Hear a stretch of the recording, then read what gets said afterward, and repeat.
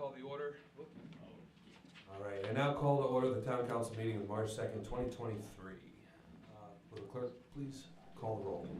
Councilor Greathouse. Here. Councilor Steer. Here. Councilor Burlingame. Here. Councilor Arnold. Here. Councilor Worthy. Here. Everybody please stand and join us in the Pledge of Allegiance.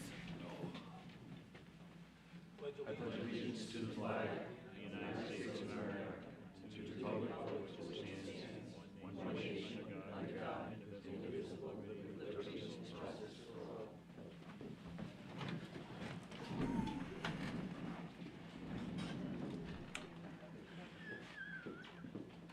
All right, open forum for agenda items. Anyone wishing to speak on agenda item, please come to the podium, state your name for the record.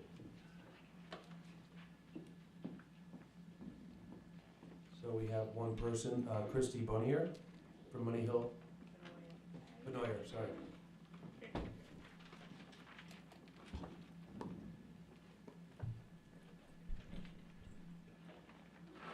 Hello. Christy Benoyer from Japatchit. I wanted to comment today on the code of ordinance for the cannabis. Mostly it's my concern for the chief, a lot of it. I don't think it's going to be as straightforward to enforce as you think it would be. If somebody has a bowl like one, or being really good, what a bong, absolutely fine them. But my concern is mostly about the vape pens, because they don't have a smell. I have one that smells like blueberries. I don't know if our guys will be able to really enforce that with this. And again, it could also be, now they're coming out with CBD cigarettes. It's just like a cigarette. It doesn't really smell like marijuana. It doesn't have any THC, so it can't get you stoned. Strictly medicinal, great for arthritis. And another thing I had was with just it looking different, it looking like a cigarette, or now with edibles. Are our guys gonna be able to find somebody who's eating a cookie out in public, or gummies? I make really nice caramels for the veterans that I bake for. But a lot of the things is I don't think our guys are really gonna be able to tell unless they have those testers I've seen around. They're just little packets, liquid, put it in, it turns purple. But again, the CBD items aren't gonna turn purple because there's no THC in there. So I'm just worried that's also gonna be an extra budget line for me to stay up at night.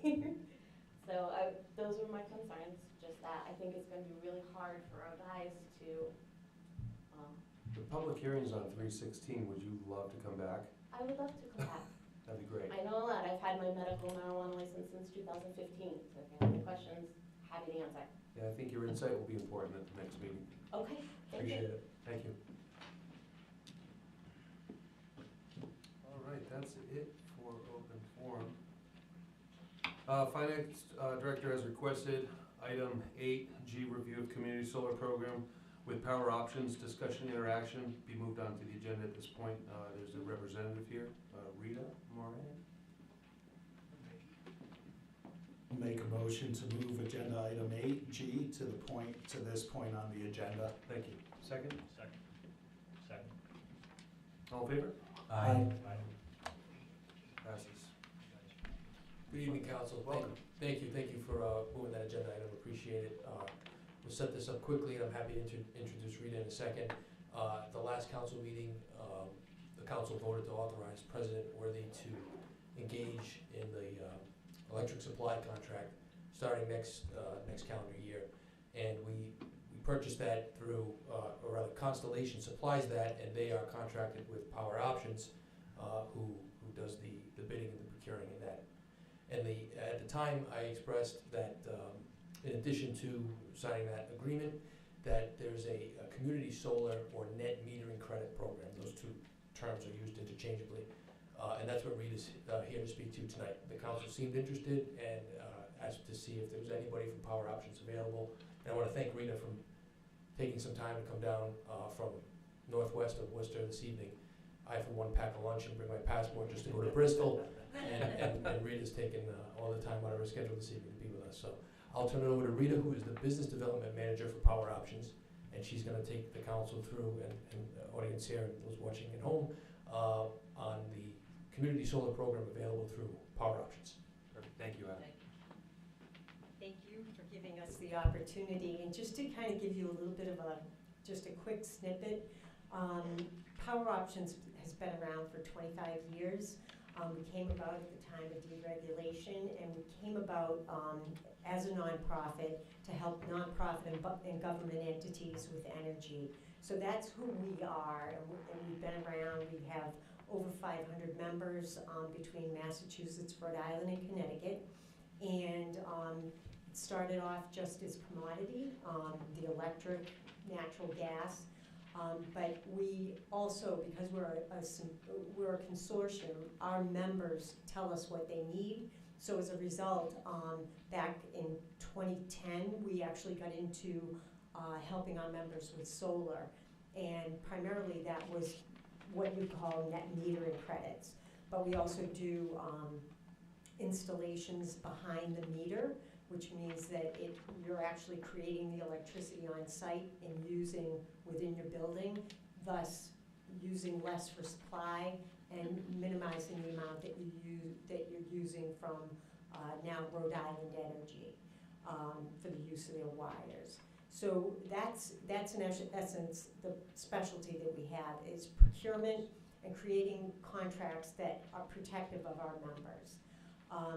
When it comes to net metering credits, we actually did the same thing that we do for electric and natural gas. We went out to, and solar, we went out to bid to see what the best deals were out there. And Walter Gray is actually our solar expert. He does a quarterly bid to find out what are the best available net metering credits that exist. Because the next best thing to putting solar on your building is actually buying net metering credits from a developer that's actually built a remote solar farm. So with that, he had identified a very attractive option that was only available in Rhode Island. That particular option includes basically a 35% discount. So you're in essence buying a discount, buying a gift card that's worth $1, and you're only paying 65 cents for it. And the way that this works is we've actually pre-negotiated a contract that actually also includes an exit clause. So we have a great discount that we can offer our members in Rhode Island, and we've had a number of them take up on that net metering credit. And it includes the ability to get out of the contract with a 2-year notice. And that's very unique to Power Options, that we want to make sure that our members have that kind of flexibility. So I'll pause there and see if there are any questions. So I have one. Out of the 300 members, is that all municipalities, or is that? Oh, our members include the Rhode Island League of Cities and Towns, and I'll get into that in a little bit more detail. We have the Rhode Island League of Cities and Towns that here in Rhode Island, but we also serve nonprofit organizations. So, so our 500 members consist of municipalities, housing authorities, cultural institutions, and social service institutions. Any schools or universities? We do, actually, we do schools, we do universities, colleges, et cetera, as well. Thank you. So we're available to help all those kinds of entities. So here in Rhode Island, it's a little bit interesting because you know, we've gone out to bid, and when we did our last bid for electricity and natural gas, we selected Constellation as our electric supplier, and Direct Energy as our natural gas supplier. And in essence, when we do our bids, people want to deal with our load. We do about I want to say it's $175 million a year worth of supply. So people want to bid on our, to have the privilege of working with our members. And so when it came to Rhode Island League of Cities and Towns, they actually did their own bid, and they said, you know, what kind of organization, you know, should we be getting our electricity through? And Constellation and Power Options, we actually bid as a kind of as a unit, because we had already found out that they were going to live with minimal margins, as well as provide protections for our members, which include, it includes a parental guarantee, so that if anything were to happen to Constellation, their parent company actually has to hold our members, you know, give them the price that they had contracted for. The other thing that we have negotiated is if there's any changes in use, whether it's higher or lower, you don't have any penalties associated with that. So that's another protection. And then the third protection is if there's a change in law, what we try to do is, we're an advocacy organization as well, so what we try to do is keep our members with contracts exempt from those changes, but occasionally they do have to go through, and what we do is we actually examine the math to make sure that it is accurate. So that is part and parcel of what we do as part of the role we play. So we did win the Rhode Island League of Cities and Towns bid, and part of this was because of the fact that we can offer other services. Our other services include, you know, solar, both, you know, behind the meter and the net metering credits. We actually do decarbonization planning. We can help with energy efficiency.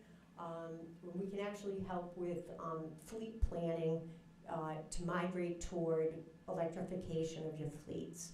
So those are all the capabilities that we have. We're a very small organization, but we're mission driven. You know, being a nonprofit, we want to do the energy related work for you so that you can focus on your mission and taking care of the residents and businesses in the community. So. You said there's a 2-year notice and you can get out, and I might have missed this. How long is the initial contract? Sure. The initial contract is actually for a 20-year period. Okay, so it is a long-term contract, and that's why the discounts are so attractive. And it's only available in Rhode Island because they are available. Up in Massachusetts, there are certain areas where I can't even find net metering credits, and if I were to find some, they're probably more in the 5 to 10% discount range. So this is a very good deal. And within that 20-year period, you know, you're basically going to have the potential of, say, locking in 90% of your energy use to be underneath the net metering agreement.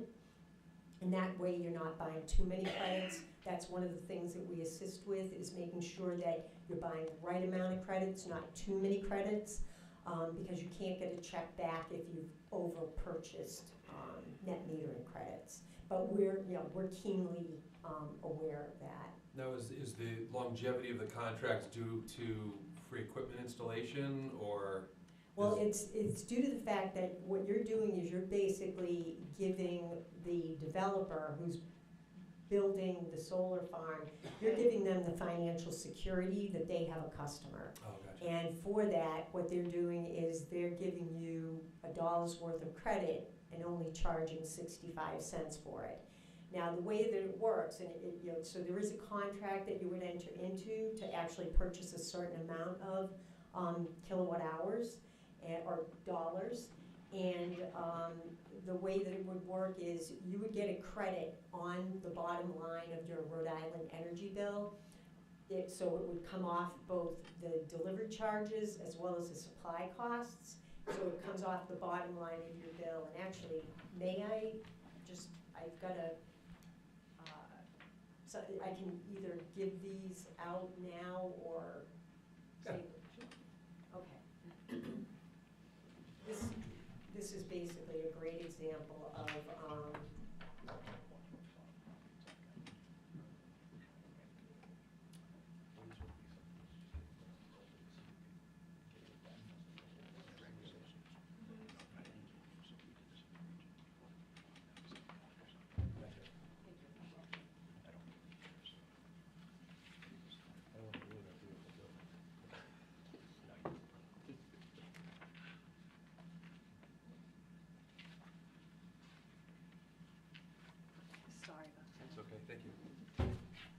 was one page. It was two.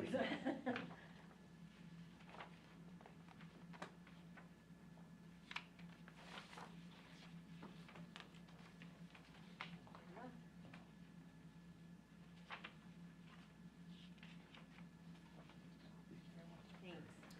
So would this kind of almost be like, you know, if somebody was to knock on my door, I'd give them a copy of my bill, they would look at it, see if it made sense? Is that how you guys work with municipalities? Yeah, in essence, what we need are your bills to make sure that we have the actual amount of energy that's used. And then what we'll do is calculate the right amount for you to purchase. And so we're sort of the intermediary that will link you to the solar developer, who is then going to use our contract, which includes the exit clause, where you can stop the contract with 2 years' notice, or you can modify it. So if, let's say, 10 years down the road or 5 years down the road, you say, you know what, we want to actually put solar on our buildings, you would have the ability to do all your planning and give the notification that you were going to do that. And then, you know, starting in, you know, after that 2 years, the amount that you'd be required to purchase would go down. So it would just be something where you'd want to continue to have a dialogue with us if there were, you know, a major change like that that was going to happen. And ideally, we can help you with, you know, solar that goes on your buildings. We've done many, many installations that go from on your roof to parking lot canopies, so we have a lot of experience with that. Okay, so let's, for example, so how often do you recalculate the credits that you need to buy? So you come out of the gate and you're kind of committing to 2 years worth of credits that you forecast? Is that how it works, or is No. it an annual rebalance? What you're doing is you're actually purchasing, we do a calculation based on your historic use and whatever changes that you think you may be anticipating. So let's say you use 100,000 kilowatt hours in a year. Then what we would do is say, well, that's great. You use 100,000 kilowatt hours. We would recommend that you buy a maximum of 90,000 kilowatt hours. Again, because we have seen situations where people have bought too many net metering credits, and those net metering credits sit forever on your Rhode Island energy bill. So they can't like issue you a refund check. What they do is they sit there, and as you use energy, it basically eats away at the credit that's sitting on your bill.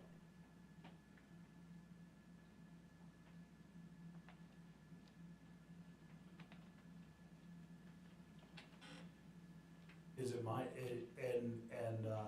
from a time frame, you're talking about availability in certain areas of Massachusetts where you can't find this. So what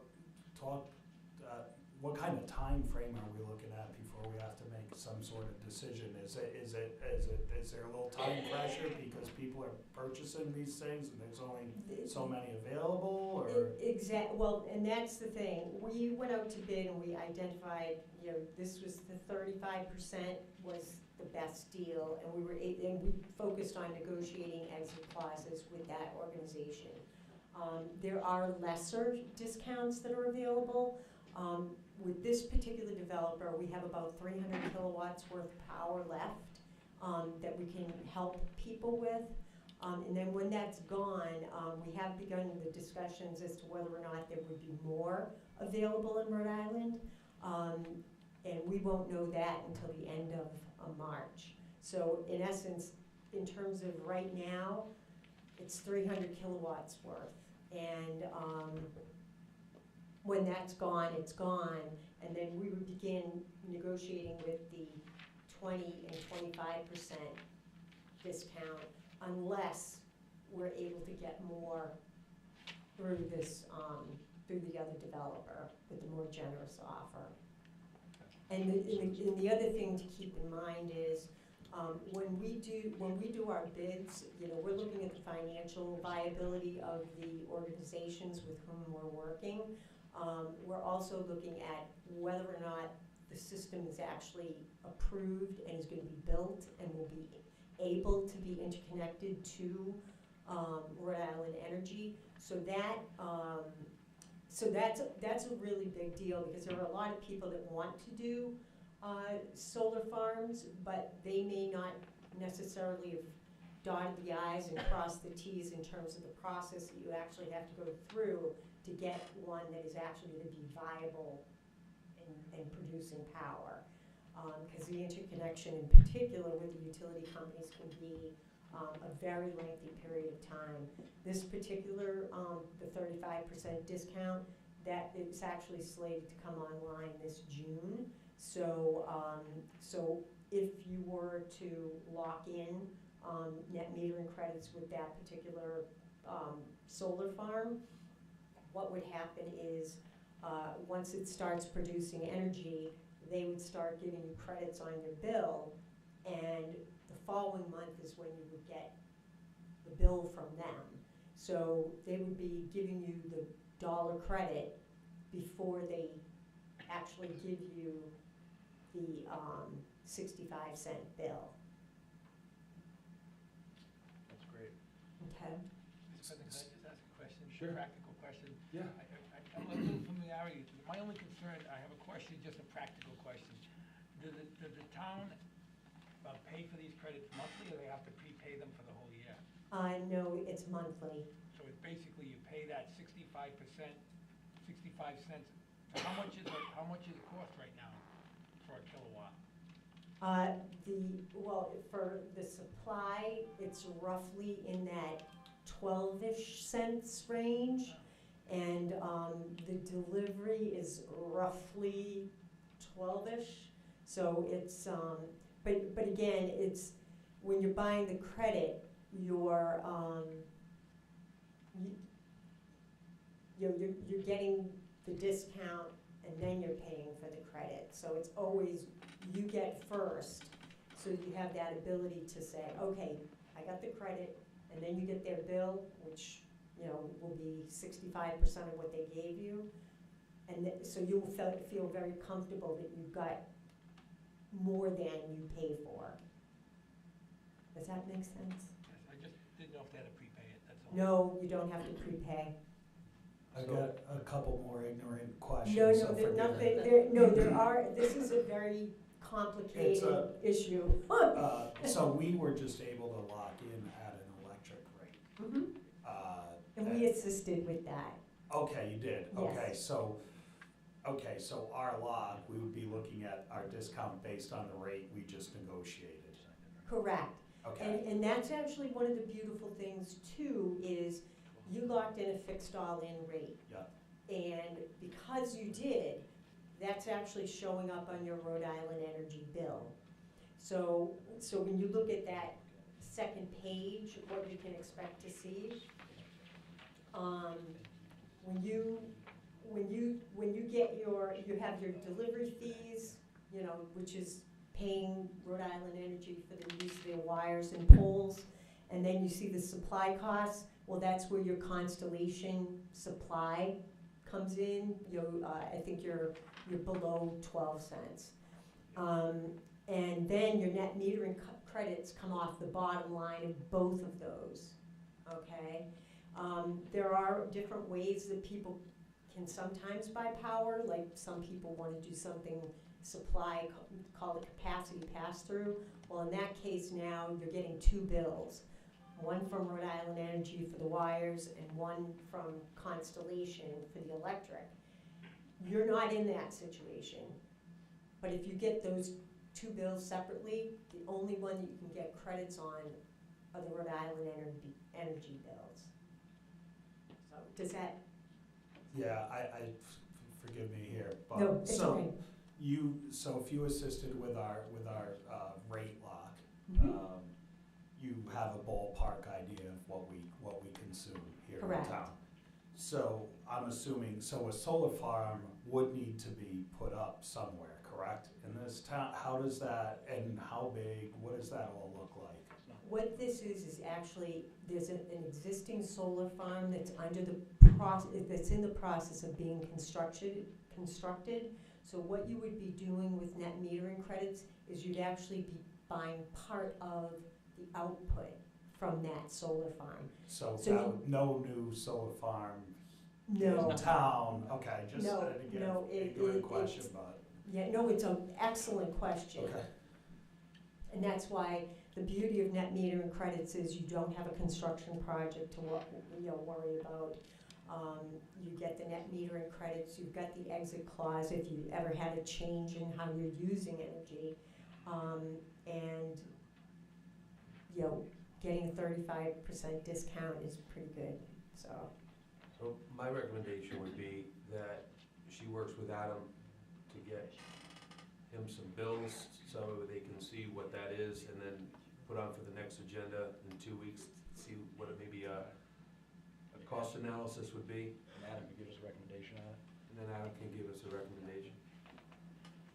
Very good. I don't think I have any more questions, but I probably will between now and the next meeting. So we'll work to get that, we'll work through Adam to get those to you. Absolutely. Certainly a lot to digest here, because it's a, Right, and the other thing is, again, these credits are available as long as they're available.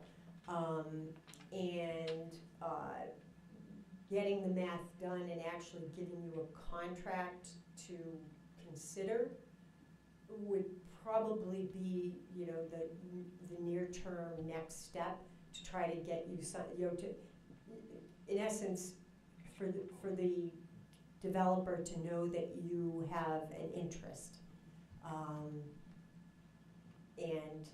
No contracts would have to be signed, but to have them prepared, And to because it understand. is a lengthy contract.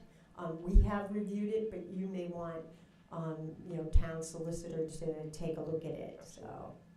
I'd also like to recommend, Adam, also talk to the region. I know we did something like this a couple of years ago with the region, and see if that's been successful up there or not.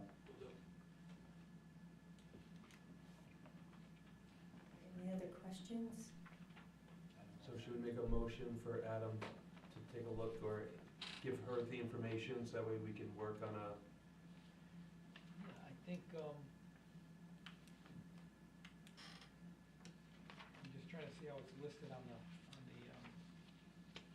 it says discussion and/or action. I think the council has the ability to vote if you want to have a proposed contract, if they want to do that work, knowing there's no guarantee it's going to be approved. Is that what you're suggesting? Yes, Okay. that way you'd have something concrete to actually make a decision on. You can vote on asking for that contract to be drafted as long as there's no no commitment. no commitment. so if Adam shares the bills, so that way we can do a price analysis of the two? Yeah. Absolutely. So I'll make a motion to authorize you to prepare a contract for council review. Thank you. Do we get a second? Second. All in favor? Aye. Great, Motion thank passes. you. Thank you for coming out. Thank Thank you. you. Thank God he didn't come during like a snow night, because I Us to wish we Glocester, could get those- some of these net metering credits over in Massachusetts and Connecticut too. Well, thank you so much. Thank you for very your much. Thank you, Rita. Appreciate it. All right, resolutions, discussion, interaction. A 2023-02, supportive legislation to amend RIGL 44-7-28, mobile or manufactured homes. Council supported the tax collector's letter of support regarding legislation approved by neighboring communities and agreed to follow up with the town council resolution as follows. Resolution number 2023-02, supportive legislation to amend RIGL 44-7-28, mobile or manufactured homes. Whereas the current version of RIGL 44-7-28, mobile or manufactured homes, results in a tax on a mobile or manufactured home following the ownership. If an owner defaults on their taxes and sells the unit, the owner becomes responsible for any taxes in arrears. And whereas an amendment to the law would allow municipalities to treat mobile or manufactured home taxes as real estate taxes and allow the tax sale process for taxation in the arrears in accordance to the Title 44, Chapter 9, tax sales, and whereas the result could be the resolution of delinquent taxes owed to a municipality. And be it here be resolved that the Honorable Town Council hereby requests its legislative delegations to propose an amendment to add Section C to Rhode Island General Law 44-7-28 to read as follows. 44-7-28 Gloucester, Coventry, and Burville tax lien on mobile or manufactured homes in the town. C. The taxes may be collected and the lien may be enforced in the same manner in which taxes are collected and the lien is enforced against real estate for the collection of real estate taxes by municipalities in accordance with the Title 44, Chapter 9, tax sales, with no additional fees, charges, assessments, or penalties other than those provided in Chapter 9 of Title 44. And further resolved that this resolution be forwarded to Gloucester's Senator Representative for their support. William A. Worthy, Jr., Town Council President, and Jean M. Facto, CMC, Town Clerk. Adopted the second day of March 2023. Second? All in favor? Aye. Motion passed. B, 2023-03, support of housing development and land use. The League of Cities and Towns is requesting the support of their members with a resolution as follows. The State of Rhode Island, Town of Gloucester, Resolution 2023-03 in support of housing development and land use.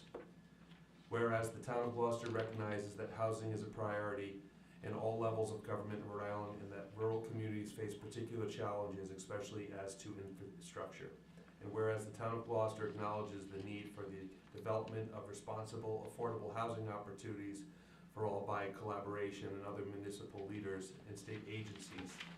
And whereas the Town of Gloucester supports that zoning and land use should remain a local decision, and whereas members of Rhode Island League of Cities and Towns, Gloucester supported the establishment of both the Land Use and Low and Moderate Income Housing Study Commissions to identify ways to help cities and towns meet their obligations under the Low and Moderate Income Housing Act to ensure that at least 10% of their housing stock qualifies as affordable.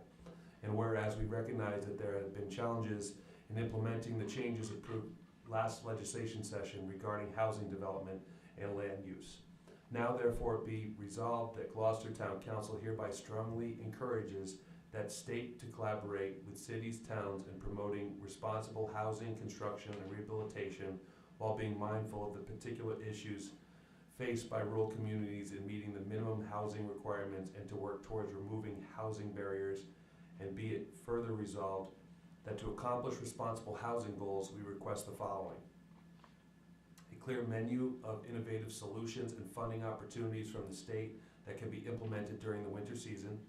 Increased funding for infrastructure improvements and remediation outside of federal aid opportunities. To preserve and promote quality of life based on the different communities' needs and respect the local voice in land use decisions. Funding the implementation of programs and systems to support process improvements. Increase technical support and adequate funding to departments and agencies that facilitate housing growth, including the Division of Statewide Planning and Department of Housing. Workforce development to expand the pool of municipal planners and building and zoning officials. Adequate state and educational aid to support the needs of residents. A commitment to expand reliable transportation opportunities for residents extending the urban service boundary.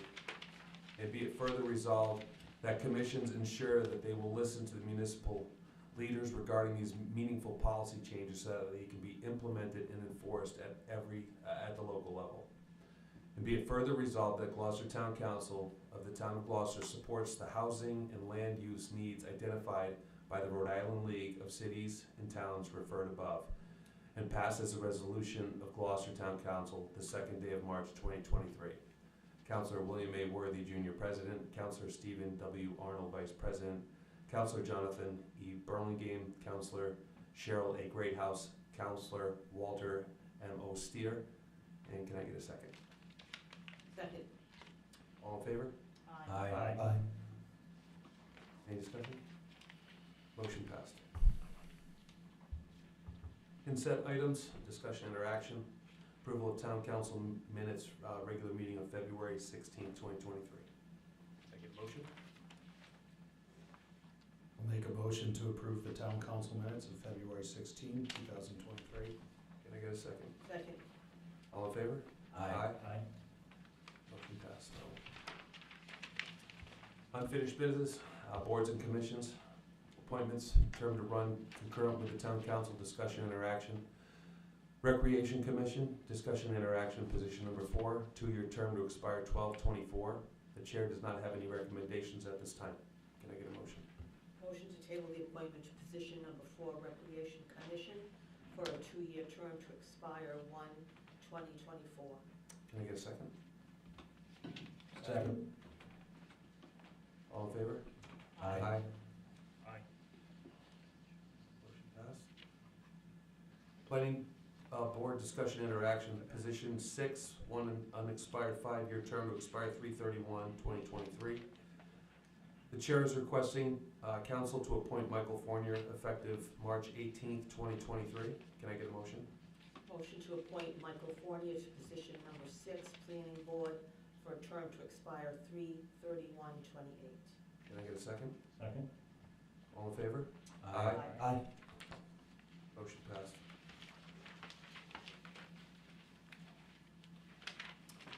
B, Code of Ordinance, forming cannabis land use regulations, amendment to code, discussion, interaction. Council has a rough draft of an ordinance regulating the land use for the retail sale of cannabis. At this time, are there any portions of the draft council would like to discuss, change, or add? Any discussion? Yeah, I'd like to say a couple of things on that. As I was reading it over, I was looking at the penalties, and I think a first offense should just be a warning. And I also agree with the lady that came up here. I think it'd be very difficult for the police to identify a vape as cannabis. You know, like I said, I think if somebody has a lit marijuana, that's obviously what it is, but to try to make them go through and figure out what's what, I think is difficult and not very enforceable. Can I just say, this particular item is a carryover, this has been tabled. This is for the other part, this is for the actual land use Selling. part, so it's not for the retail For part. zoning. So the comments I think that you made, Council Burlingame, would be valuable at the public hearing when we do the retail sales portion. That's the part we had the first reading on. Okay. This part here, we don't have a solid first reading document yet. What we put together was a draft for the council to consider, maybe one of these nights after we get through retail sale, the public use. You might want to have a workshop where you talk about all these things on here and some of the other things you had mentioned to me. You also have to talk about whether you'd be interested in allowing for the testing centers that they also have.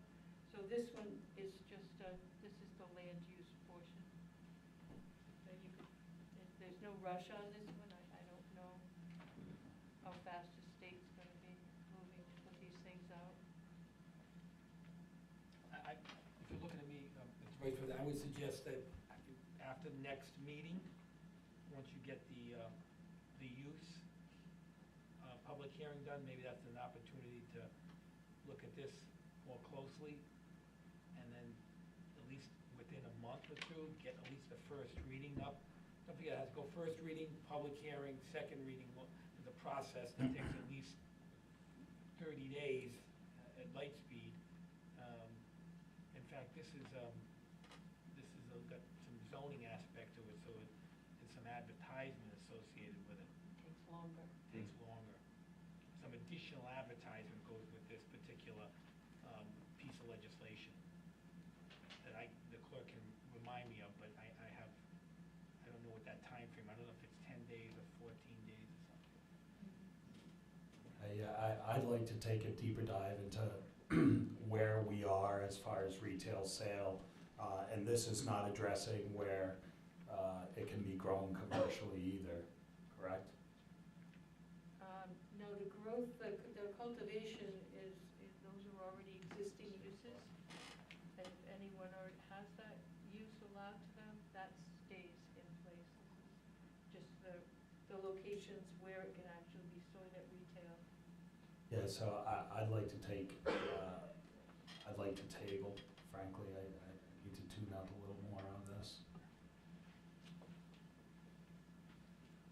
I think that the only way we're going to get a first reading document is perhaps take Workshop. a workshop, even if it's before a council meeting or during a separate meeting. But I think that's the only way, because I really have to know how all five of you are leaning, what you'd like to see included in the ordinance, so I can. Is there potential we could do a workshop prior to the next meeting? Obviously, time is up against us, and maybe start a little early, or is that? I don't know, that's the night of your public hearing for earth removal and for retail sales, for doing that, public use. Following meeting? The meeting after that. Table it to the first meeting in April. I hate to push this back Or we could do, too far. Special meeting? we could do a special Or a meeting, special- special workshop meeting, so. Instead of keep pushing it That's, down the road. there is some urgency in getting this first reading done. I could do next Wednesday. You know,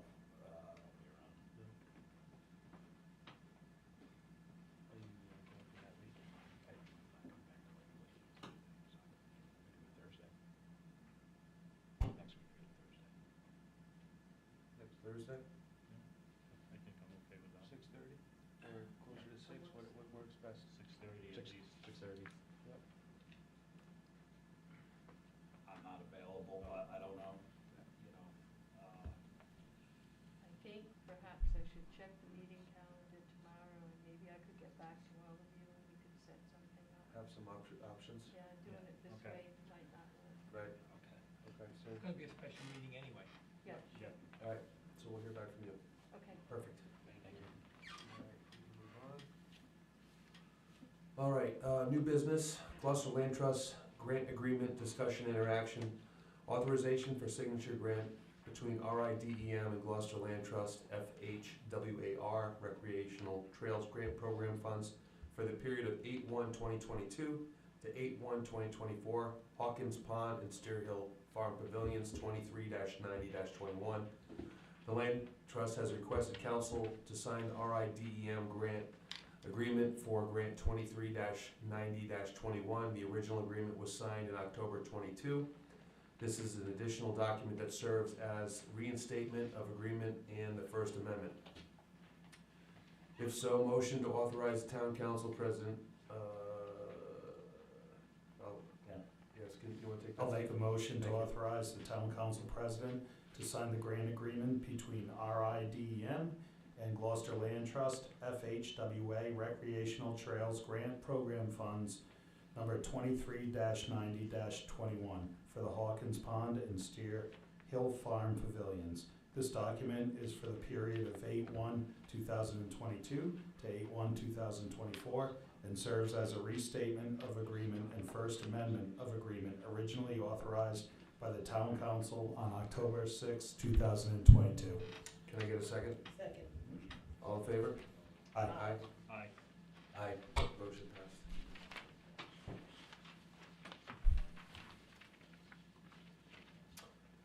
Personnel appointments, discussion interaction, Public Works, ratification of Public Works appointment, driver, laborer one, discussion interaction.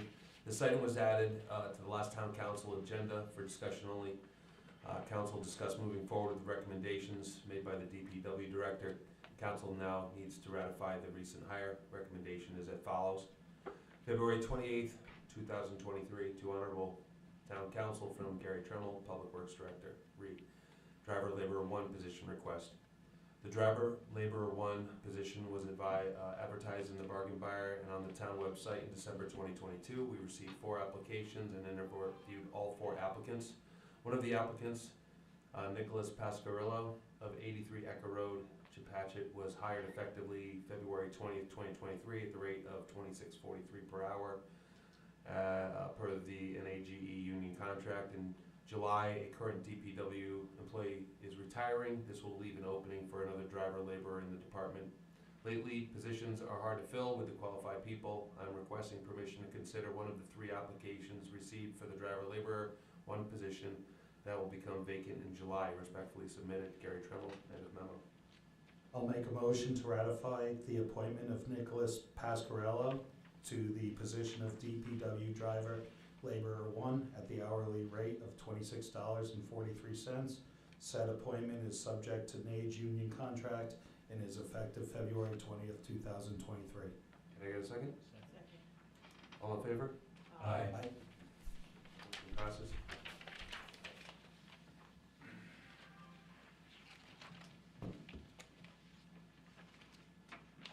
Authorization to consider appointments from, it is?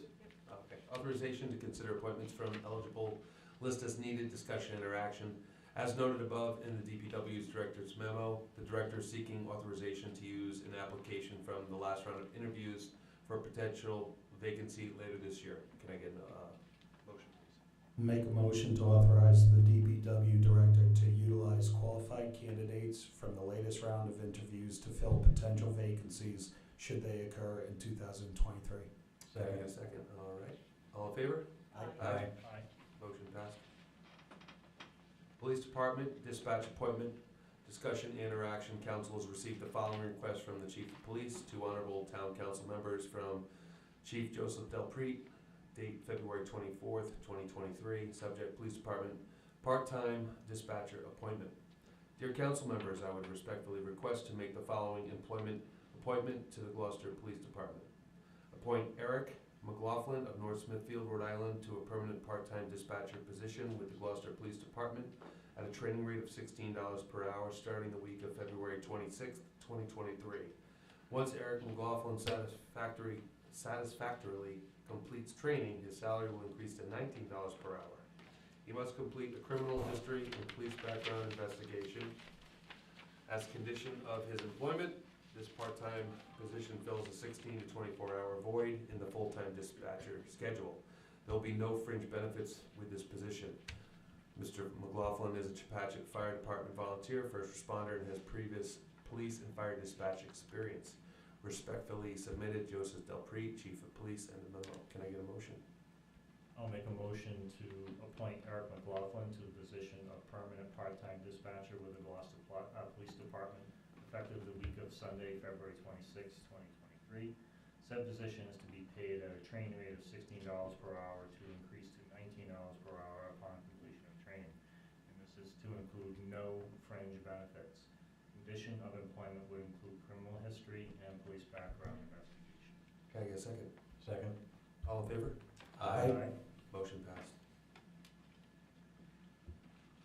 Holiday observations, Memorial Day Parade, oversight and planning, discussion and or action. So I think last time we spoke, I think everybody had some great ideas about taking this over. Is our rec director here? There he is. Bob, you want to come up and say a few words?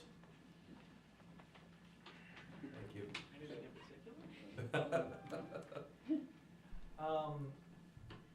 So after talking with Will, I think that it would probably be best if we went ahead and took this in-house. I'd be willing to go ahead and assist with setting up this particular year's Memorial Day Parade with the hopes that moving forward we'll be able to slide it over to the Recreation Commission.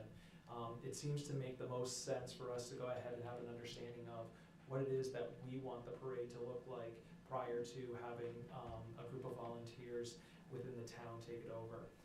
In doing a little bit of research, I've already reached out to the Boy Scouts, the Girl Scouts. I've contacted 7 local militias, a couple of groups called Pipes and Drums, and I've also downloaded the forms from the DoD website as well as the 143rd Air Wing Division. There's a couple of common things that have been coming up in my discussions with these various groups, and that happens to be the budget as well as the timing. One of the items that was brought up by Derek Brodeur, who happens to be involved with the Boy Scouts, is that there is a tendency for our particular parade to kick off at a later time than we would enjoy it to do, because typically we're waiting for the high school and middle school bands to get back from Foster. So one of the pieces that I'm having difficulty with right now is trying to pin down whether or not we're still going to be shooting for this 10 a.m. start time which has historically been the perceived marching time, or if we're gonna consider pushing back 20, 30 minutes, or whatever you all seem to be fit in order to accommodate for some of these delays. I know that in speaking with the various people that are involved with the Boy Scouts and the Girl Scouts, that was one of their frustrations that they expressed, was getting to the departure point and then having to wait for various entities to get here. So that's definitely one of those concerns. And then the other piece was just various groups, the Pipes and Drums, which happens to be a bagpipe drum not volunteer group, but a group that's made up of local firefighters based out of Cranston. Those particular entities, they are asking what it is that we would potentially be able to compensate them at. So I think in order for us to kind of start to move forward and get some more firm details, come to some sort of agreement on what we're looking to spend on this particular parade and whether or not we want to consider the timing would be extremely helpful as I start to continue to reach out to these various groups. So that's kind of the, I guess the point that I'm at right now prior to me being able to move forward with any other real major planning at this time. Have you spoke with the president of the Foster Town Council in getting prices for the buses? Because I know that came up. So from what I perceived, I heard from the meeting last time, it seems as though Foster has already paid for their portion of the busing. It appears, and this is just me trying to recall what I heard at our last meeting, that we would have to pony up another $1,200 in order to get the high school and the middle school marching bands over here. I would definitely be willing to go ahead and contact Hopkins and Jakes and see if we can't get some sort of donation for this particular event. My assumption is that if they're charging Foster the full amount, they probably would do the same thing with us. So with that being said, I know that our region has already reached out to other bus companies to fulfill some of their busing needs for their after-school activities. Is that something that the council would be interested in us doing? I think that that would put us in a difficult position with the local busing companies, but it would be a way to potentially minimize the cost of the parade if someone else was willing to step up and, donate some time for us. Well, I got So- one quick question for David, because we're kind of talking about planning right now. Should we make a motion that the parade can be handled by the recreation director? I think that's what This you year? want, that's what you're asking, to have I authority to think do that it, it's to make something some that, decisions, I think that's a good point. Because we're getting into some planning now. Don't have much time. Yes, So, so we need a, yeah, so let's make a Signatory on- motion to appoint him to take over the Memorial Day parade, and then we can For talk. this year. for this year, I Yes. think that that's, Yeah. let's put a cap on that. Asterisks. Somebody want to? so moved on that. Second. Okay. All right, so now back into the Clerk, you planning. have to say. All in favor? Aye. What about budget? Thank you. So, couple things. One is, to the point about timing. And that's absolutely accurate, that we would have to wait for the buses to come over from Foster. So we would be starting like around 10:30. So we probably, if we're gonna do that, we should start at 10:30, right? So, the other thing is, as far as budget goes, we allocated $1,000 to light imagery every year to work towards that. This is a new phenomenon about paying for the buses. So, and as far as outside entities coming in looking for payment to participate, I can't think of any other time that we've had that. Okay. So, the other part is, where does the money come from, right? We have some money in council contingency, but those are just some thoughts. Did the light infantry have a budget of their own that they ingested, plus the 1,000 from the council?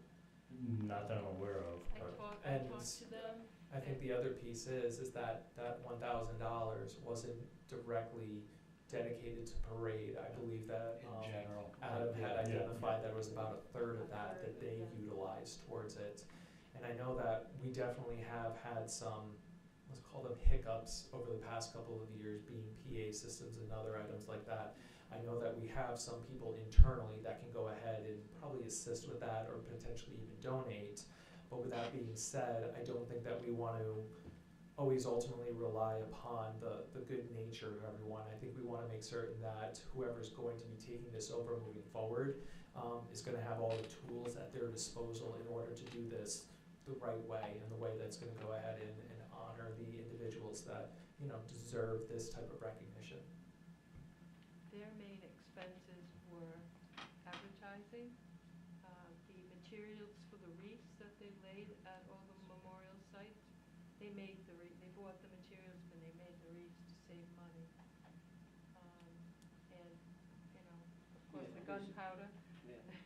But she said they really didn't, you know, they didn't have bands that they had to pay for. They obviously didn't have to pay for the busing, yeah, so they didn't really have. Not in the past, but it seems like more of the future, the responsibility of paying for buses and everything is those who are requesting it, right? The town and, like, when we talked to them before, in the past, they explained to us what the cost would be, and also what we experienced in the back, in the past. The 10 o'clock time period was also competing with other parades around the state, in which a lot of bands couldn't get back on time, and also which had conflict and previous commitments. So a lot of times, units and other veterans groups would be marching somewhere else at those times. And so that's why later time was always appropriate at the time. But the original parade was, I may be confusing it with the 4th of July parade, but a lot of times you had other bands, like Poneganta would be requested in other places too, as you said, Glocester and so forth. So I guess the time period is the hardest part. So. You know, maybe this year, we keep it simple, like it has been in the past. Yeah, exactly. Where we keep it local, so all these outside entities that would come in for payment, maybe we say thank you, maybe next year. And we continue working with the Boy Scouts, with the Korean War veterans, other veterans in town. There's like, there are other expenses that we need to take it, like for example, it's something you don't really think about, but wreaths, right? Yeah. So something like that. Glocester Infantry, hopefully they'll still be participating. Oh yeah, we will be, we will Okay. be. It was just so much of a responsibility, because our unit is going from, in the beginning, in the late 60s, to like 40 people or more, to like 10 or 15 at a time. And this year we had 23, but not everybody could show, you know, and we lost a couple of members, so. What about the busing?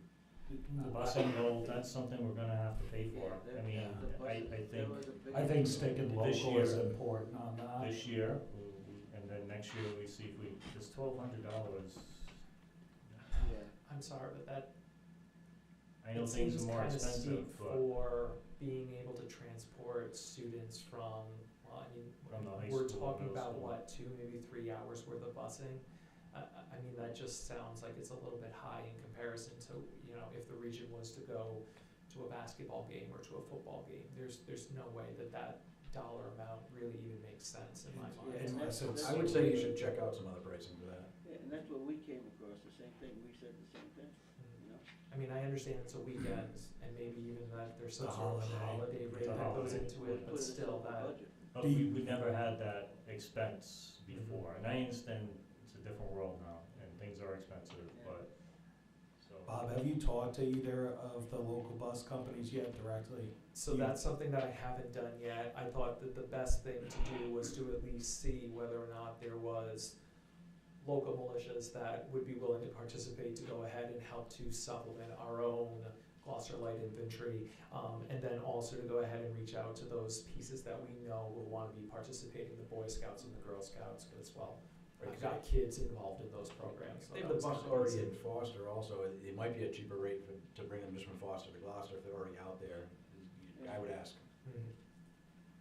Probably worth starting with the We two can go ahead and locals. look at that. That'd be great if you Mhm. could. And thank you for raising your hand for this. Yes, Yeah. Yes, definitely. Yeah. appreciate We that. just, we need to make sure that our Gloucester traditions go ahead and continue to run the Absolutely. ways that they always have. So you never want to be the group that drops the ball and it's like, oh yeah, you were the one that We stopped won't this drop the tradition. ball. I No, mean, exactly. And like I said, it's too important to our yeah, veterans our and to community, our our towns. veterans, we all have veterans who have suffered and passed away, including myself. I've had a couple that passed away during World War II and so on.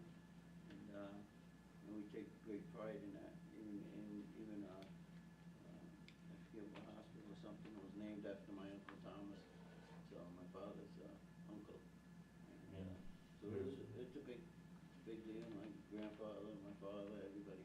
And we were able to figure something out during the pandemic when we had to drive, Yeah. so we can do this. We can all So- work together. Does it make sense to put on the next agenda, you know, a budget of sorts, just so we can keep this thing going? You can come back with pricing, we can Pricing, figure out how to pay for it. how we're gonna pay for this and does, My question would be for Adam, do you mind coming up? I mean, you know the historical numbers for this.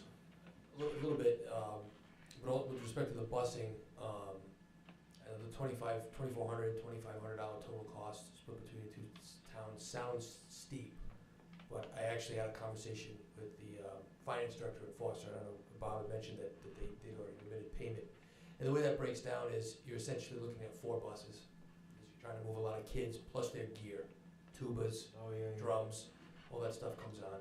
Additionally, the buses have to they have to depart from the high school, and they have to come back to the high school.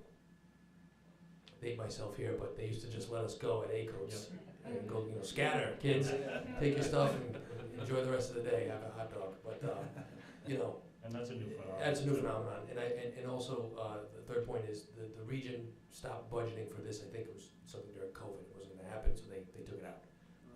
And they don't have a line item. Well, it'd be nice to have the bands back, because I know even before COVID, there was kind of waning participation on that end, so it's nice to have them back. So at least this year, we find a way to make it happen and go from there. We all take great pride in this parade, you know. I think we're gonna have to, Bob may have to commit to something before the next meeting. Couldn't we simplify it and just give him a not to exceed amount from the contingency fund? Even if it's 5,000 for everything, if he doesn't need it, he doesn't need it.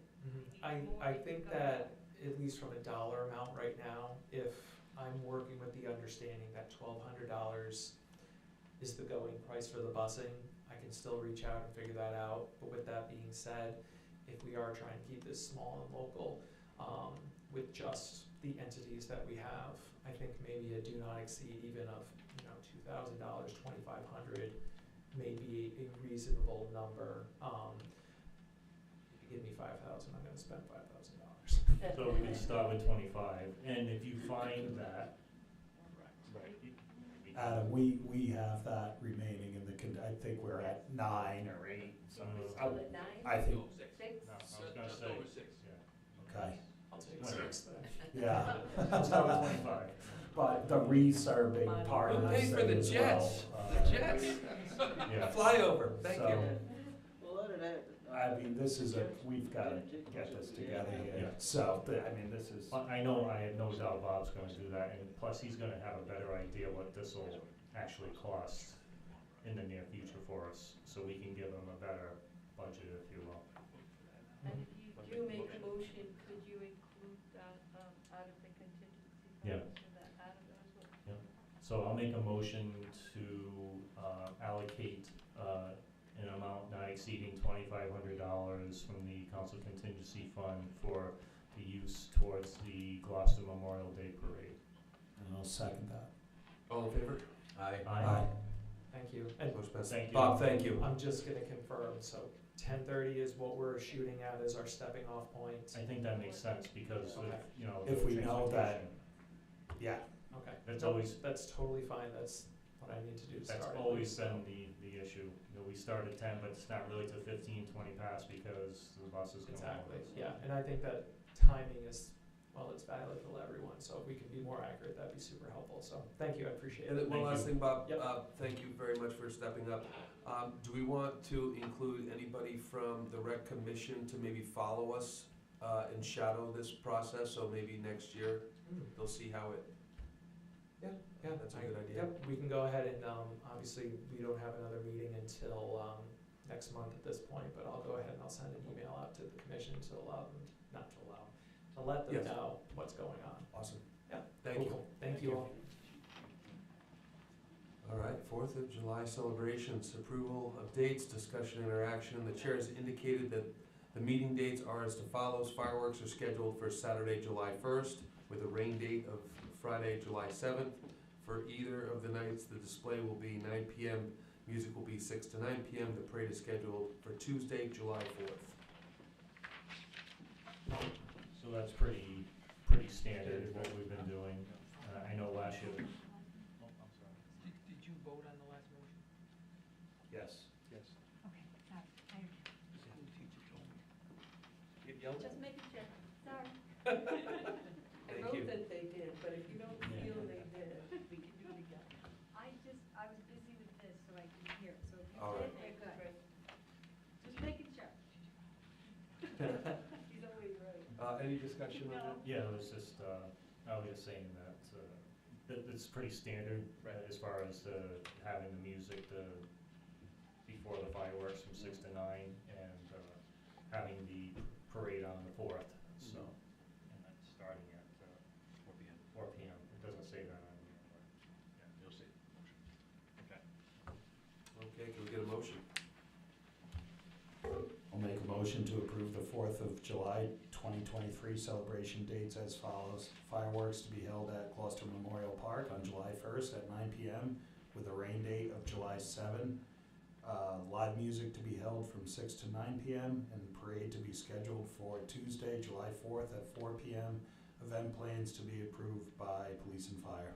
Do we have a second? Second. Oh, everybody jumped on our Fourth. Motion, all in favor? Aye. Motion passed. Thank you, gentlemen, ladies. Thank you. Thank you. ARPA funds, review, interchange to allocated funds, discussion, interaction. All right. Evening again, council. Madam Clerk included in your packet. If it's not in color, I can speak to the project numbers just over on the left side. So, met with a number of department heads. We have reviewed the allocated amounts here that the council's taken action on previously, and I have 5 suggestions for the council to consider tonight in terms of de-obligating these funds. Those projects are Project 9, fiber optic cable, $100,000. Project 13, a grant program for nonprofit entities. We did have, council did make one award under this program, but there's been no other activity, so looking to reallocate $40K, or de-obligate, excuse me. Project 14, the dam program. There's possibility that, sorry for popping the piece here, there's possibility that we may see one application forthcoming. So given of the 100,000 totally allocated previously, looking to remove 50 from that project. Project 17 for the local fire departments, their mobile repeater project is coming up on a year. This project hasn't moved forward. We haven't heard anything. Additionally, the fire departments, I want to know for the council, it's the tower project, which is Project 8. Certainly benefits our local fire departments. The point of that tower is to get their communication gear up high enough so that it works with the communication equipment in their vehicles. I just wanted to note that for the council. And then lastly, the council about a year ago allocated $50,000 for program administration. This was at the time when Treasury guidance wasn't final and we didn't know what the reporting requirements were going to be and if there was going to be some extra effort involved to get somebody involved, whether that's additional staff or existing staff, to work on the compliance. Turns out, final guidance from Treasury, the reporting requirements are very easy for our community size and dollar amount that we received under the program. I handle the reporting, takes about 10 minutes, and the document that's in front of you that I update with my finance director's report, or I've been consistent in doing that, basically serves as the model for that reporting. So those are the projects I'm recommending that the council take action to de-obligate the funds. And I have one project that I'd like to allocate. It's on, if you turn the page, project 31, that's for the San Souci appraisal, $250,000, just to make sure we're covered there. That hasn't officially been obligated, okay. Right, Okay, so I just okay. wanna make sure that that's Yeah. happened. We're engaged in that agreement, it pretty much has to. I don't wanna put the council in that position, but I think you all are Sure. of the mindset that that's where this was going to come from. The council hasn't acted formally, so I wanted to. So, why don't we go through should we go through these one at a time, maybe? Is that the pleasure here? I'll go ahead and start by making a motion to approve $250,000 for the San Souci appraisal. I got a second? Second. All in favor? Aye. Aye. Motion passed. Uh, I assume it's from the, From the ARPA funds, I'm saying, yeah. I'll fill in the blank. I will, I guess if Mr. President, you would let me Absolutely. roll. You know, so I agree wholeheartedly as far as what we had committed for the fire departments and the mobile repeaters, given that we have $150,000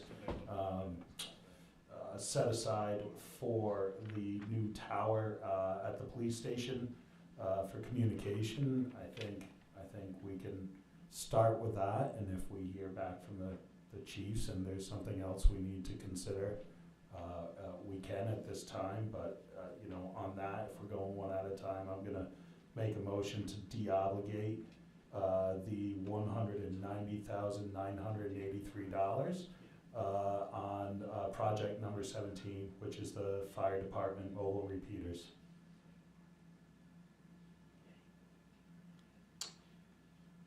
So that's a motion. Second? Second. I'll second it for, okay.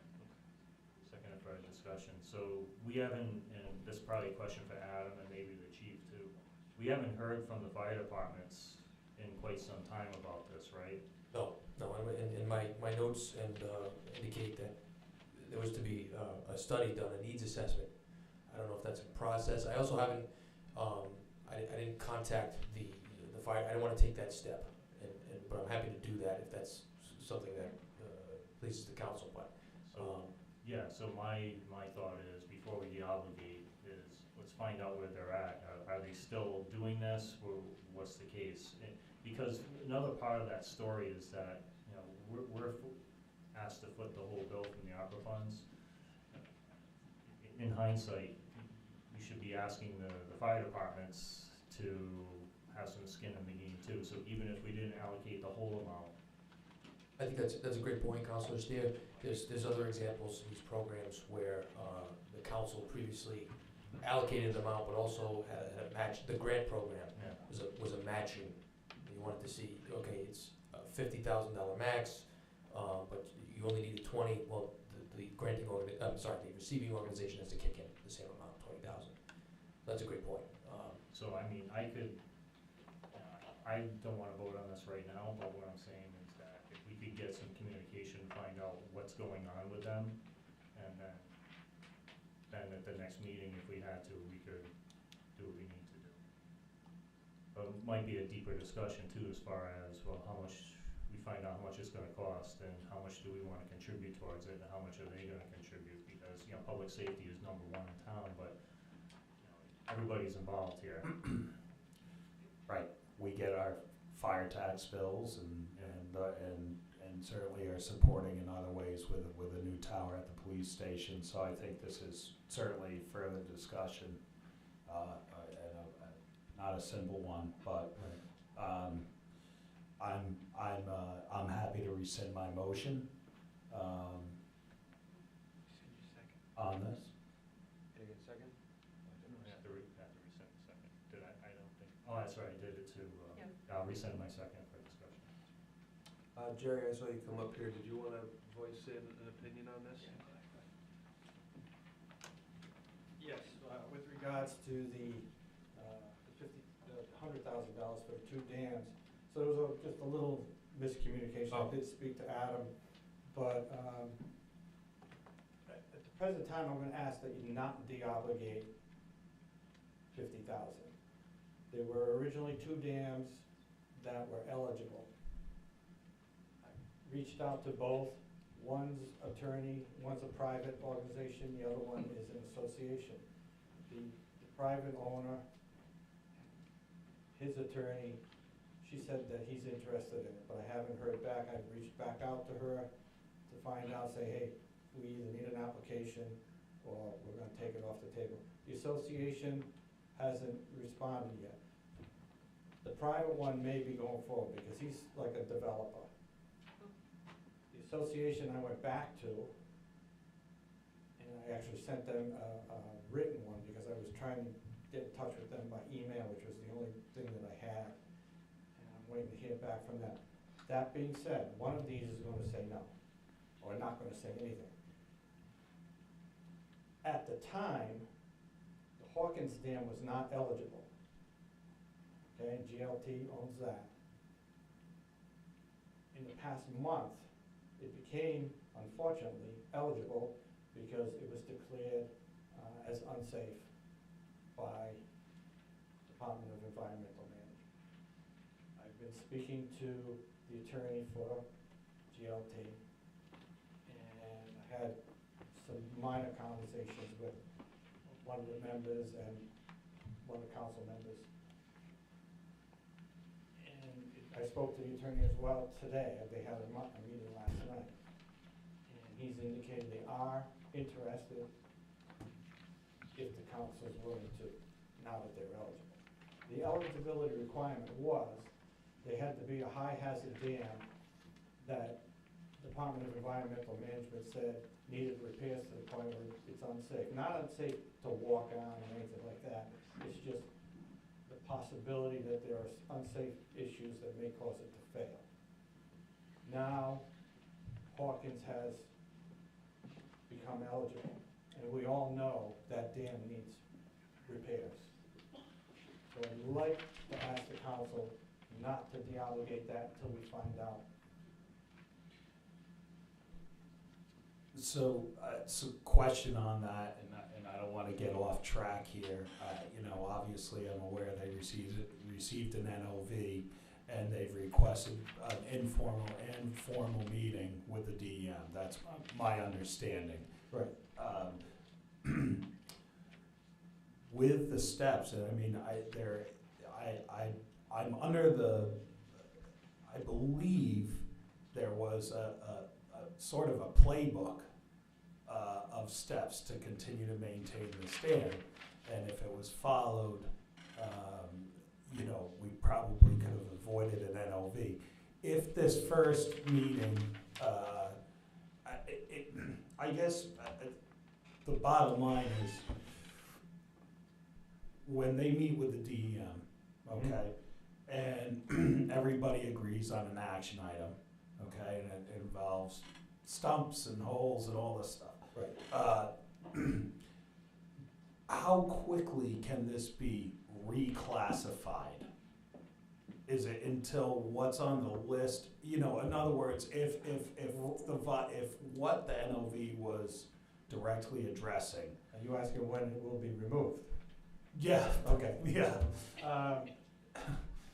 After the repairs have been made, well, first, they have to give a plan to DEM as to what they're gonna do for repairs. DEM's gonna say, okay, that's fine, or whatever, or no, we want you also to do this. Once they all agree on what they're gonna do, and they do it, DEM's gonna go out and re-inspect, and then they will remove the violation, if everything's acceptable. Time frame? DEM is very short-staffed. I'm kind of surprised that they even got to this one. But it's easier. They usually go, they'll send somebody, the inspectors out, and if they find any brush or whatever it is that impedes their path, they just say, okay, can't get to it, no problem, they go to the next one. part of that was clearing all of that out, which I believe has been done already. So, once this is done, if we can get them there, I've been speaking to the dam safety supervisor at DEM, and I think she can push it along a little, but I can't give you a time frame of when it's going to be. But that wouldn't be a prerequisite for funds. No, Okay. I understand Okay. that. You know, part of it is they already have a lot of taxpayer funds. That's I guess just my own personal, you know, Well, like fire departments have their own budgets too. So that I just Well, one of the things don't want to get off the rails Right. here. One of the things that I've discussed their attorney is they have to, from now on, they have to keep a maintenance log, which I don't think has been done in the past. That will help them in the future for getting grants from the feds by themselves and so forth. Because the federal government will not give grants to repair items that happen because of neglect. I'm glad you're working with them. Thank you. Thank you. Thank you. Continue, Steve. What else do we have here? Fiber optic cable?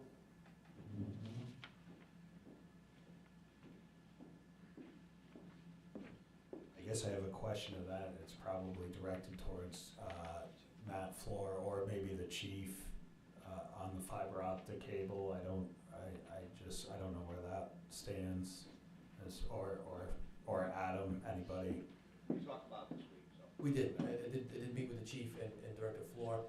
This project, essentially what this is Chief will throw something at me if I misspeak here. Years ago, they left space. The people that manage these poles, and these new poles, were put in left space for the town to run fiber optic cable to connect this building with the police station, with the senior center, so that way we could bring internet in one location and push it around to those other buildings. Really nice to have. It would be great if we could go through it. I just think there's perhaps other priorities. I met with the chief, and that seems to be their, and Director Floor, that's kind of their 2 cents too. It would be great if we could do this, but understand there are other priorities and budgets are tight. So that's fine, but you know, I was just thinking about this, and you brought it up, is that, you know, we're de-obligating this, but what are the other options? I haven't heard those yet. So what are these other, we're de-obligating this money, what are we gonna use it for? I'm hoping to, by de-obligating this money, also makes room for the San Souci appraisal, not just this, at least a program administration would fit that back into the budget. Our total allocated amount with a little bit left over. But by making these other actions, fire department mobile repeater project aside, the dams aside, perhaps some money that we can use in the upcoming budget for one-time expenses like we did in the current fiscal year. Capital items, or even things that are requested on the operating side of the budget that are legitimate one-times in the coming budget, fiscal '24. No, that's fine, we probably should have a list of those. I We're gonna de-obligate, we should know what we're de-obligating to. Right, I'm not asking you to make those obligations tonight. I'm just trying to my approach was get a pool of money to see where that could go. Yeah, that's fine, but I guess my point is that if we de-obligating from one project, Mhm. if we have another project, is that other project more important than what we've already? I'm not saying it isn't, I'm just Mhm. saying that it makes sense before we de-obligate something else to that. I agree with Walt, give us the options of what it's gonna go to, so we know, and we can weigh out whether that's better or not than what's here. You want those now, or? Not right this second, I mean, Okay. but for next meeting, I guess, if that's, is that doable, or? Very doable, yes. Okay. Question, just, you know, as somebody's administrating this, if something's de-obligated and we still have ARPA funds available, we can re-obligate to the same project, correct? Yeah, of course. So if we pull something back, You could certainly throw we back could on. put it back on. Yes. Okay, thank you. if you could at least, if I could request the council at least remove Project 20, Program Administration. And I think Director Scott is here, she'd back me up on this, we worked together on this, and Madam Clerk, there's no need for that 50,000. And we could get that back into the pool, that would be great. I'll make a motion to remove the program administration, $50,000. I got a second? Second? All in favor? I, Aye. I guess the other one too, I was gonna mention for you, the grant program too. We haven't gotten any, nobody's come to us. We have. Just one. So, and it's been out there for almost 2 years Over a now. year, yeah. Number Yeah, 13? so, number 13, yeah. Wanna make a motion? Man, I'll make a motion to de-obligate, the grant program nonprofit S&Ds in the amount of $40,000 from the ARPA funds. Can I get a second? All in favor? Aye. Motion passes. Thank you. So I guess the question, Thanks, just do we put that on the agenda for next meeting to have him give some ideas? other suggestions Yeah. for. Yeah. We can So we keep can it vote as- on it. Yep. Yeah. Great.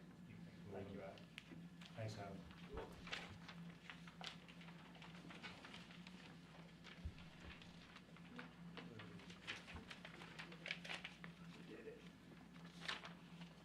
All right.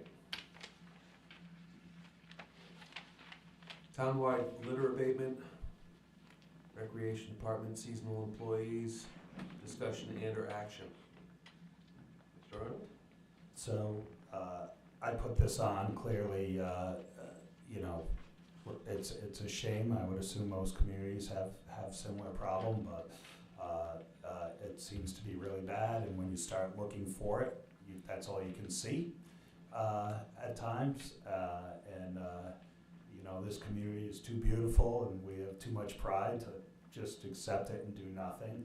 I had briefly mentioned to our rec director, I know in years past, several years ago, there was a litter patrol, if you will, from, that was part of the summer employees. And if I'm fumbling the details on this, correct me. And I'm not sure, I believe it was out of DPW, right? it was, so I had, okay, so I am fumbling the details on this, but my thought was we hire our local, a lot of our local kids, teenagers to help with swim lessons, tennis lessons, lifeguards, etc. And I would like to, you know, propose, and Bob, maybe you can comment on this, that maybe we have a team of 2 rotating through, so your employees 1 day a week, and whether it be, you know, there's some sort of, you know, litter patrol, whether if it's a combined 10 hours a week. I'm not looking to add a new employee or add hours. I'm hoping we can find some efficiencies that if there's 2 hours a day, we can split a couple of our people off. It will make a big impact if 2 people are out there even 10 hours a week. I have further ideas with community service in the schools, but Bob, I don't know, can you share what that might look like, and if this is possible, and something?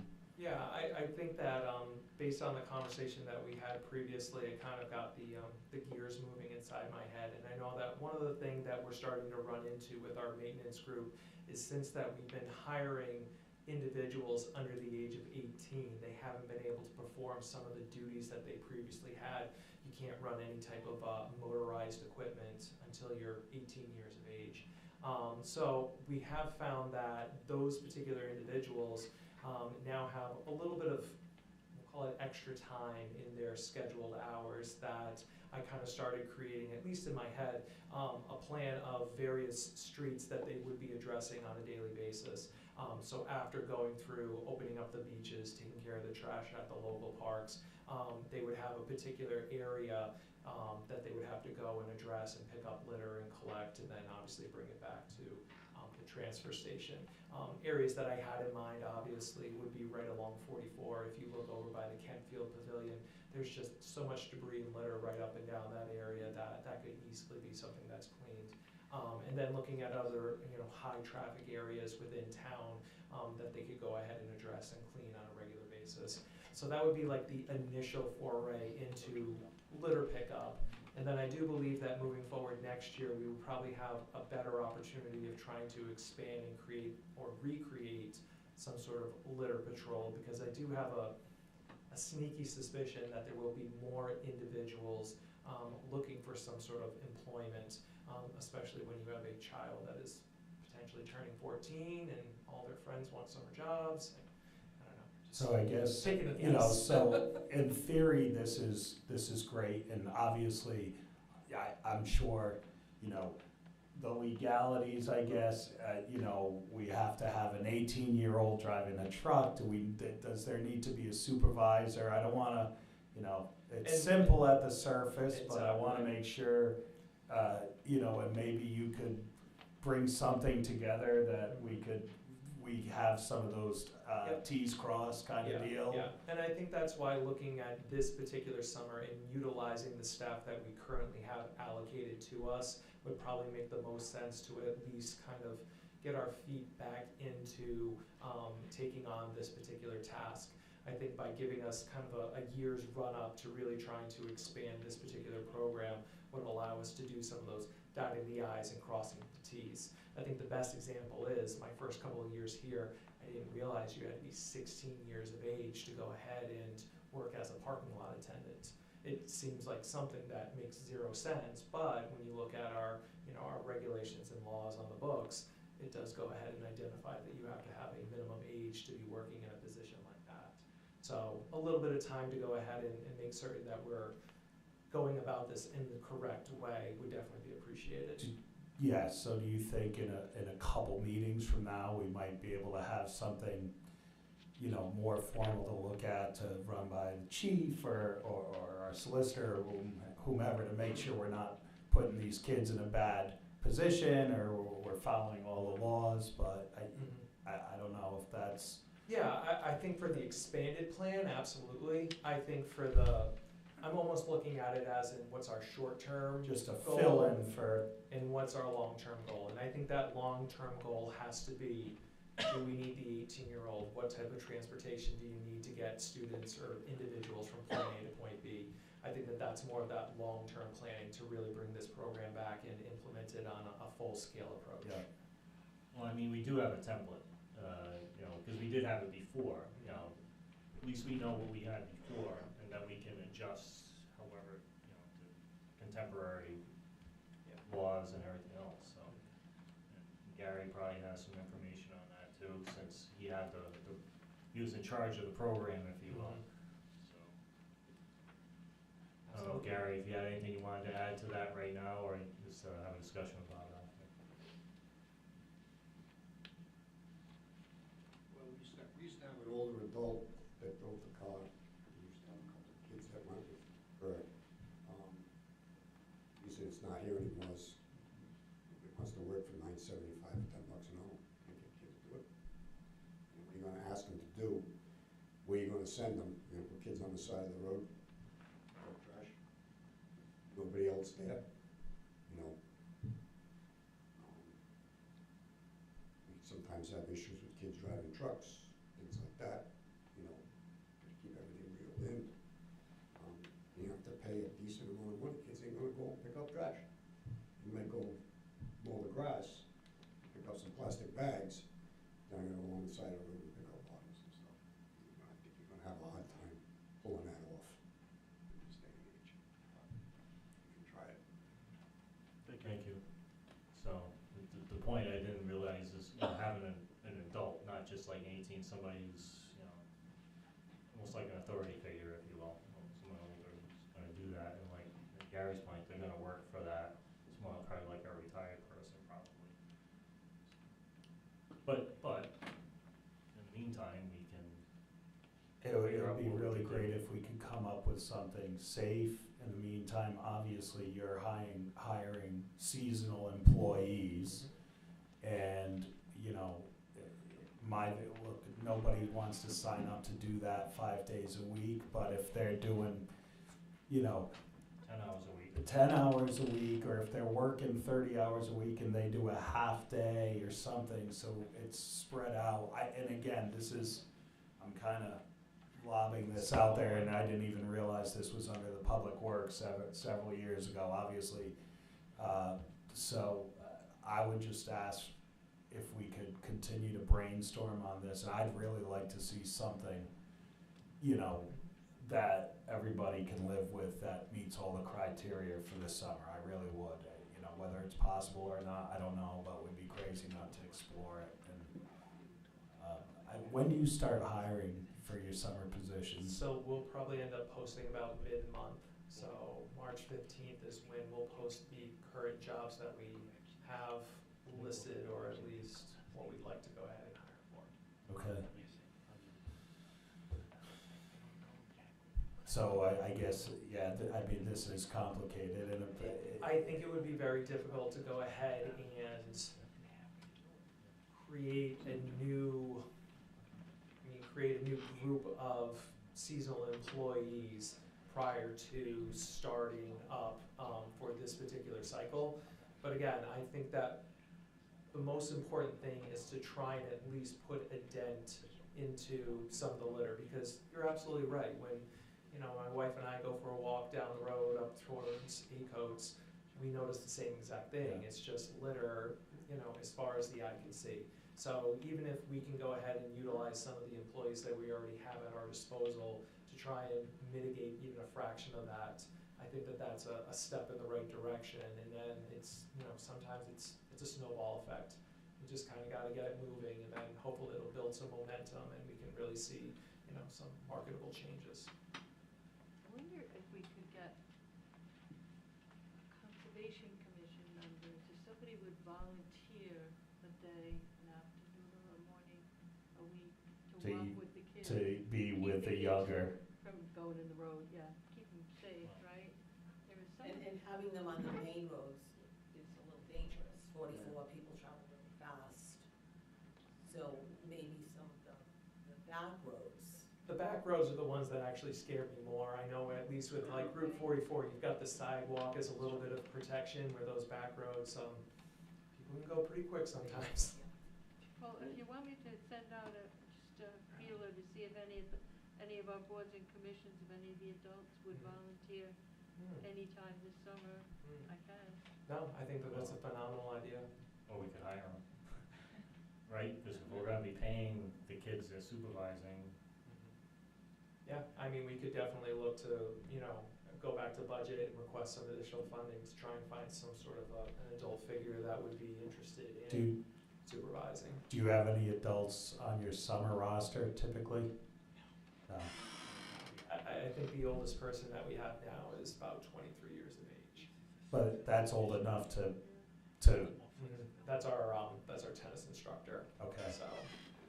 All I right, can well, see I that. think you maybe sending something out, Gene, might be you know, I don't wanna let this go. No, I no. think there's an opportunity here to somehow utilize our seasonal employees, and you gotta get the ball rolling, and obviously, you know, the idea is simple and there's a lot of moving parts here, but I'd really like to continue to explore it, so. Yeah, and I'm almost wondering, and this is just spitballing, but I know that at school, if we're asked to cover for an individual that happens to be out, cover a period of their class, we're provided with a stipend, a compensation. Is there some way to potentially have a line item that we would be able to compensate volunteers, as opposed to saying this person is the hired employee? I mean, ideally, you have that one person that would be in charge of the program, but if you can only get, you know, a handful of people volunteering, you know, once a week or every other week, maybe if we can compensate them a flat rate, that might help us to, you know, at least gain some footing with what we're trying to do. I think Adam's starting to shiver a little bit hearing that, about the, you Well- know, because those are, what, 1099s or something like that. I think we went through that with the vaccination clinics, where we had volunteers and towards the end, the state federal government was able to provide them a stipend, so. There's a way, it's Let's, just how let's much. continue to explore this. I mean, I really firmly believe that 10 hours a week combined with a team of 2, you start to see a noticeable difference. And maybe maybe it makes people think too when things are looking better. So I guess, you know, we can't really take an action on anything, but you know, I'd really like to continue. We've got time. Oh, Chief? I just want to make one comment. I think it's critically important that you have an adult supervisor that has a very good vehicle, either a small truck or a van that protects these young kids that are out there. And that's, they have to have a little, like a little training session. I'm sure Gary knows that better than I do, but that way they can go around and the van or the truck protects those kids as they're picking up. So these side roads, and I'd be very careful on 34. It's great out there, so I hate to say it, but it is. So without having something there in place with some lights, some emergency lights going on. Electric gear, All these rules. and maybe, The last we person talked we to hired was a school committee member now, and he was very passionate about doing it. Oh, Oh, interesting. Aaron. Yeah, I figured that's who. Okay. All right, well, electric gear was good too. I'd like to continue to spin wheels and maybe bring something back to council that we can vote on this. And there's got to be some way to skin this cat. So, thank you, Bob. Thank you. Okay. F, speed limit through Patchett Village, or did you have a second solution to eliminate the trash? Yeah, number 2. And this one involves the chief and his crew. So another thought I had, we know the state law, states that you're supposed to secure your trash on the way to the transfer station. Okay.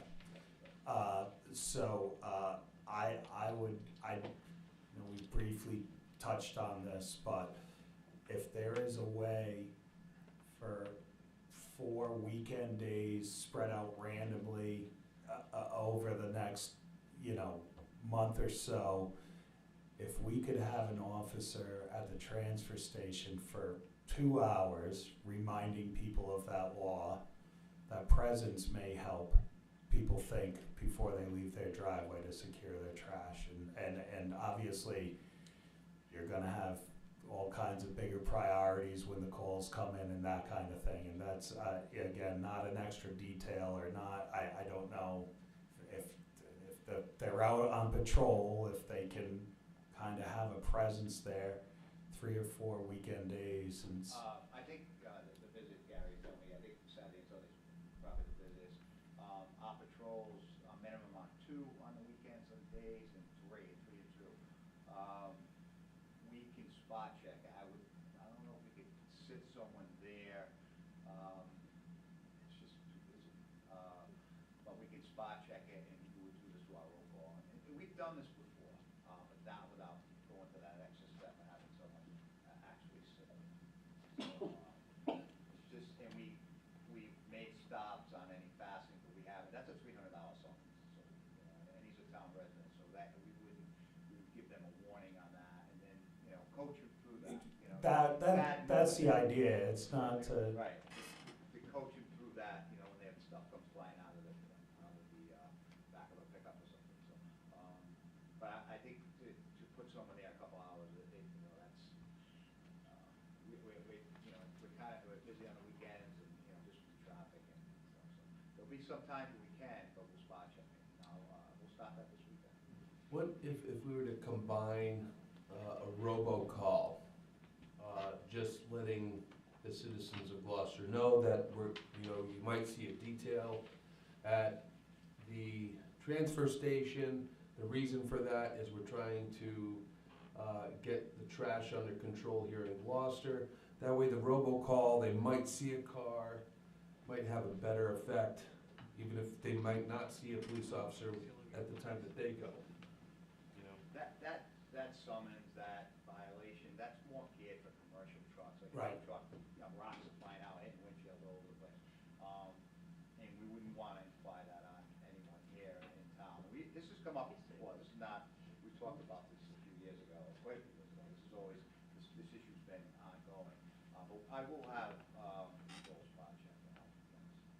Thank you. To sit someone there, you know, maybe a few minutes, 2 hours is a long time. Any presence will help, and, you know, I don't know, I don't mind that idea of a robocall to remind people that there may be some spot checking at the transfer station. I don't know anything bad comes out of that. No. What do you think about the having a robocall go with it? That way people say, oh, why is there a police officer at the transfer station, like a robocall saying, if you see, you know, we're just spot checking to make sure that everybody's properly transporting their. Please will take notice. It'll be on Facebook. Yeah, we'll use Facebook, TikTok. Okay, so we need a motion for this here, you know, to make a robocall, or, I mean, obviously, gee, I don't know that we do. Well, I think the robocall, I guess it's gonna cost some money, so yes, No. no, it doesn't? No. We own it? Well, I would make a motion to do a robocall.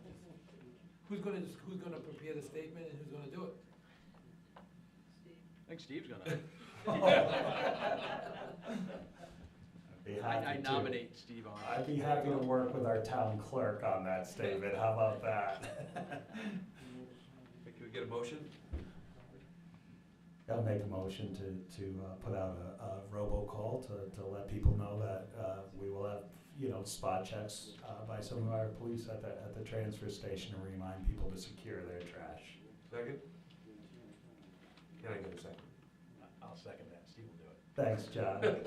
All in favor? Chief, thank you. Thank you. Motion passed.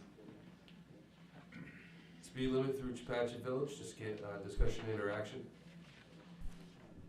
You know, so I put this on after Charlie's comments. Again, right now, the speed limit through the historic area is 30 miles an hour. I know people come whipping through there, and I don't know. I know that the police do a great job patrolling that area. I also don't know if reducing the speed limit to 25 will slow anybody down or not, but it's another case of, well, if we don't do anything, we're guaranteed nothing's gonna change. So, you know, it would be my proposal to request, and that's a state road, so I believe there are channels we've gotta ask for that.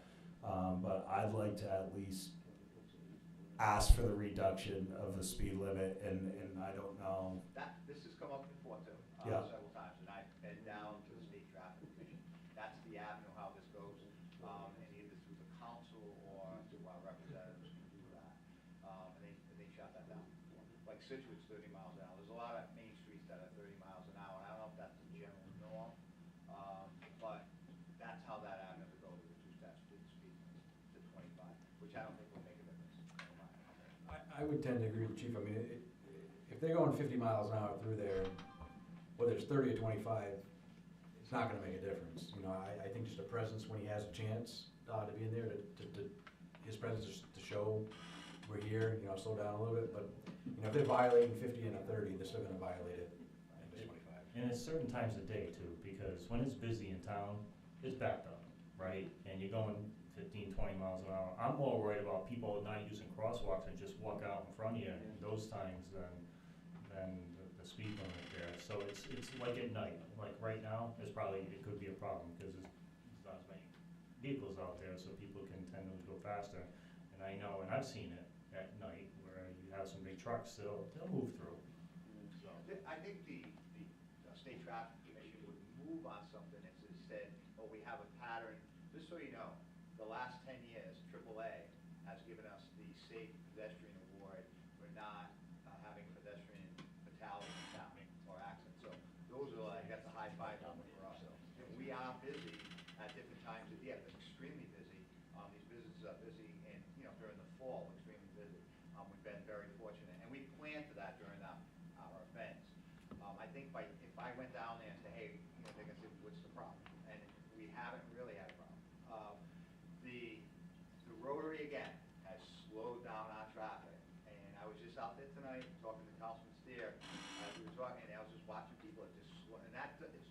job. It's a traffic calming mechanism. But I'm gonna say, it could be things at 10, 11, 12, 3 in the morning, some crazy stuff happens. You know, you gotta get someone go through 100, and that's happened, you know.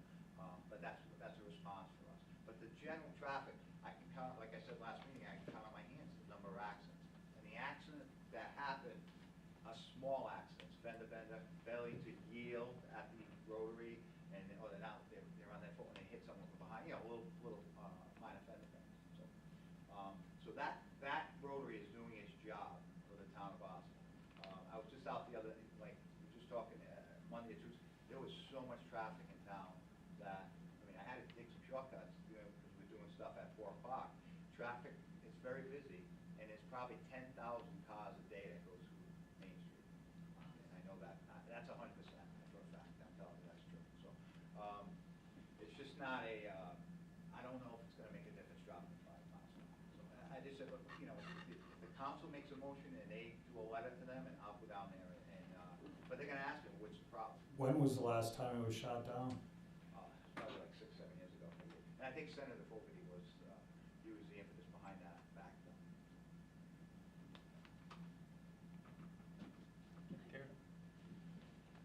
So I just wanted to, on this topic, Commerce Rhode Island has a grant program open right now. It's Main Street, Rhode Island Streetscape Improvement Fund, and it's for main streets. It covers signage, landscaping, sidewalk improvements, crosswalk improvements, all that kind of stuff. So applications are open till the end of March. So I sent an email down to the traffic safety at RIDOT and invited them to come up and look at our Main Street area and see what kind of solutions we could find to increase pedestrian safety or traffic calming that would be agreeable to them and that we could partner up and ask for these grant funds for.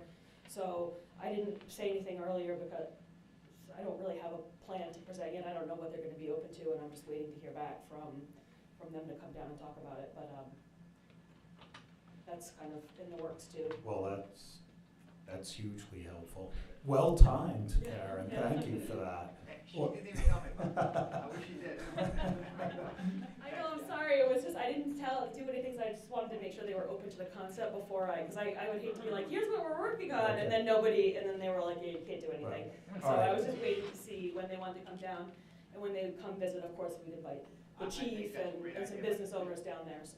That seems like a good avenue, so I'm happy to table this for now, and Karen, you can share with us what that conversation looks like, and you said deadline's the end of March, so we're right here anyway, so.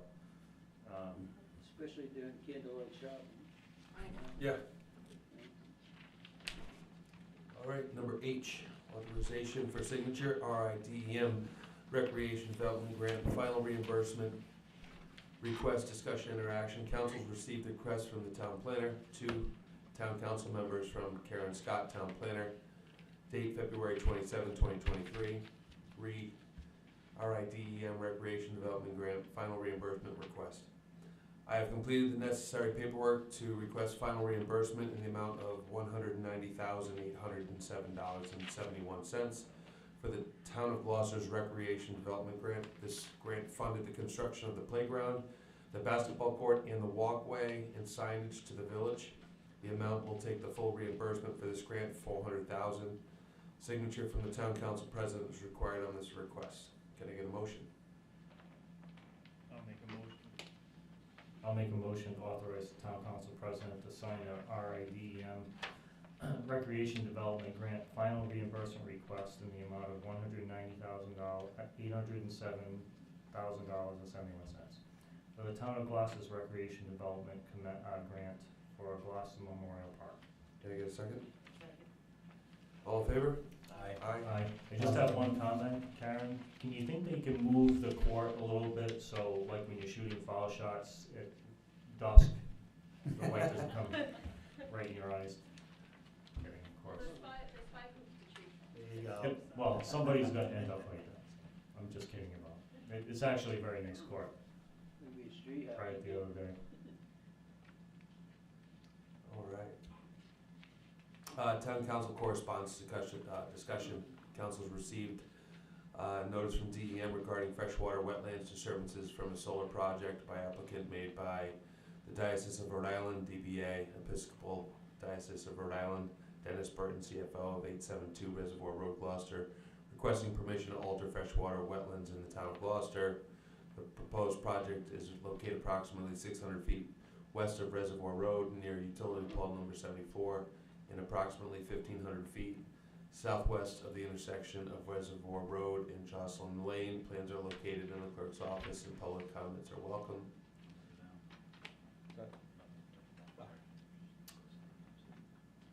We have a correspondence from the Harmony Fire Chief regarding occupancy calculations for indoor-outdoor alcohol service areas. We have a resolution from the Exeter West Greenwich Regional School District Committee in support of full funding categorical transportation aid. FERC notice regarding a dam project on the Blasco River. Correspondence from Director of Keep Blackstone Valley Beautiful regarding litter programs. Request for rededication of Elijah Field. Invitation to the Newport St. Patrick's Day Parade. We get a bus for that? Correspondence from Bill Brown, Gloucester Historical Cemeteries Committee, discussing the committee's work and the future of the committee. Any of these we want to go through tonight? Well, The correspondence. Yeah, I think we should look at the one from the Exeter West Greenwich Schools, because that's constantly hitting the categorical aid for the transportation. The region normally would have resolutions set up. I'll contact Renee on that, see if they've done that. But, Okay. We should try to get our representatives also to talk to them about that. Yeah, if the region's gonna do that, we can do something in support of that. John, just let me know if you want a resolution. Yeah, I think we should, yes.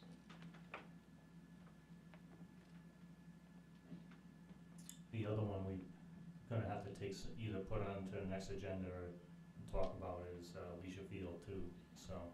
Yes. I think Steve looked like he was ready to say something. Well, I was just gonna say if we can put that on the next agenda, just to hear the folks behind that, in case council needs to take any action on that. I had a,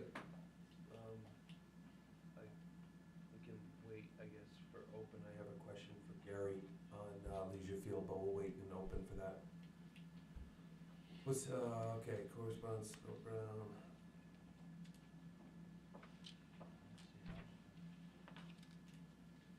All right, we can move on. Does anybody want to add anything else for correspondence? I have something, Connegansett wrestling team, Yeah. Champions. Yes. resolution? Yes. Yeah. And they're not done. They're gonna do Are it. they going to New England again? Citation. Yeah, that's a great idea. Yep. They're Let's gonna do a put that on. display of the firemen's carry on me at the next meeting. And break their back and. I don't think you could hurt them well. I wrestled Yeah, senior year high school, 119. I don't know what happened after that. Yeah, but Eddie, big kudos to the wrestling Huge. team. Nationally ranked, lots of them with college scholarships in the weighting, so yeah, citation would be great.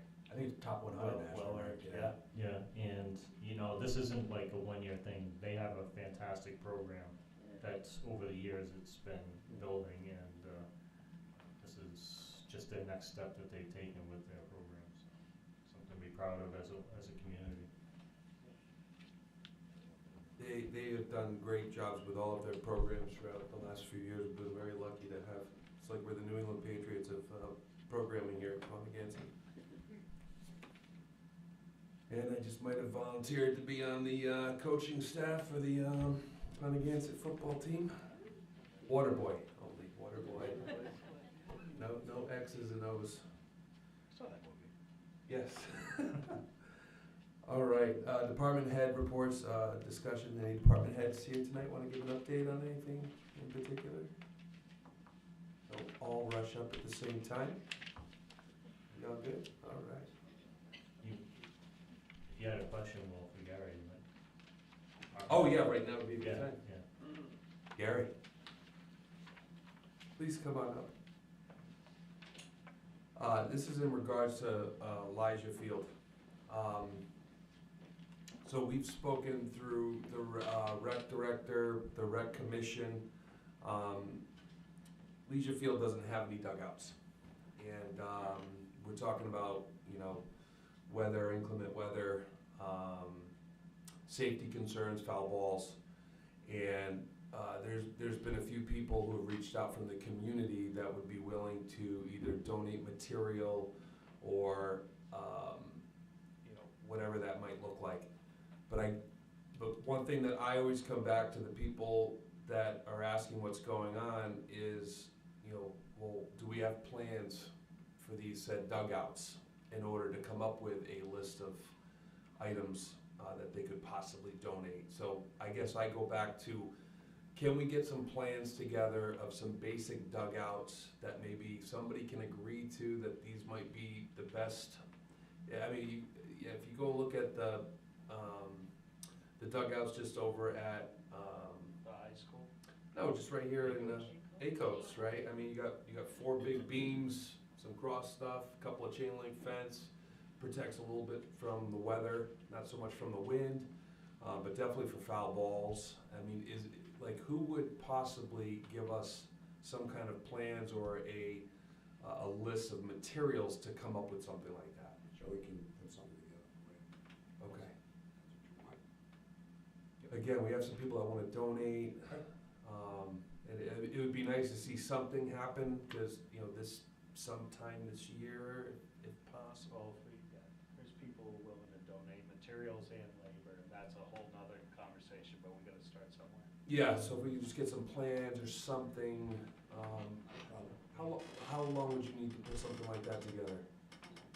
So next meeting, or maybe a Got it. meeting a week from now? Next meeting? Next meeting? You got it. Okay, thank you very much, appreciate that. So, the people asking for this though, they're baseball people. Right. Don't they have an idea of what these should look like? 100% agree with you. Yes. So if they could, I know Gary's willing to do that, but if they can give us, because we don't wanna come up with something and say, oh, we don't like it. Well, first of all, you know, we're doing it, but if they Right. give us an idea what it should look I like. might have somebody here that could shine some light Perfect. on the, I was trying to get her up here. Do you want me to come up? Yes, please. Thank you.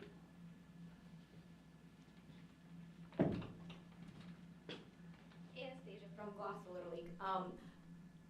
In terms of the Little League regulations, I could probably find out what those are. However, my concern would be that the middle school team also plays there. They might have different stuff, so we would have to coordinate with the athletic director or the department or whatnot. So I'm willing to do whatever I need to do.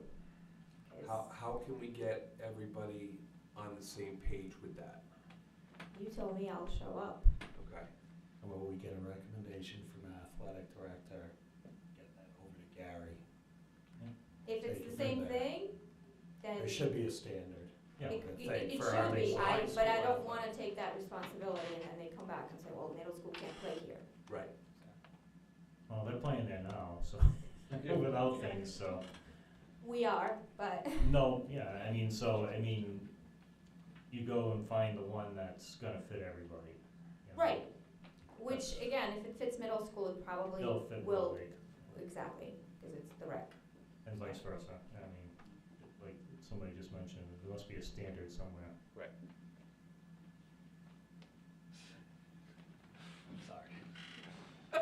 Um, So who, we start with Jay Keeling, our Okay. athletic director, about the standard size for a high school, if there is such a thing, Okay.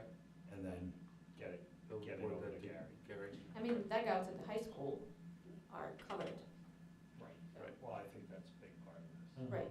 You could just take a picture of those and say, okay, this is what we gotta do. Right. That's what you want, that's what I'm doing.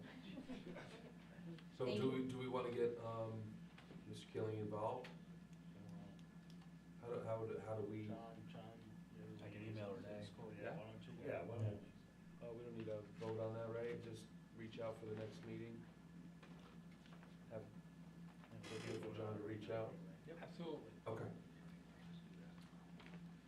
All right. Thank you. Thank you, Gary. Any other department heads? All right. Boards and commissions? No, Chief, that was bad sign language I was giving you that meant, if you talk again, would you please go to okay. the microphone? I'm sorry. I thought my big mouth, No, everybody could hear we're it. live streaming, so tomorrow I'm sure I'll get complaints that they I couldn't got hear you. the chief, and what you have to say is very important. Thank you very much, sir. All right, boards and commissions, any boards and commissions want to get up and?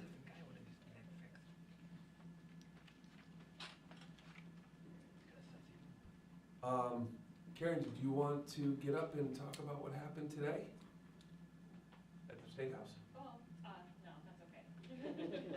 Can we say that we got $85,000 from your very hard work? Thank you very much.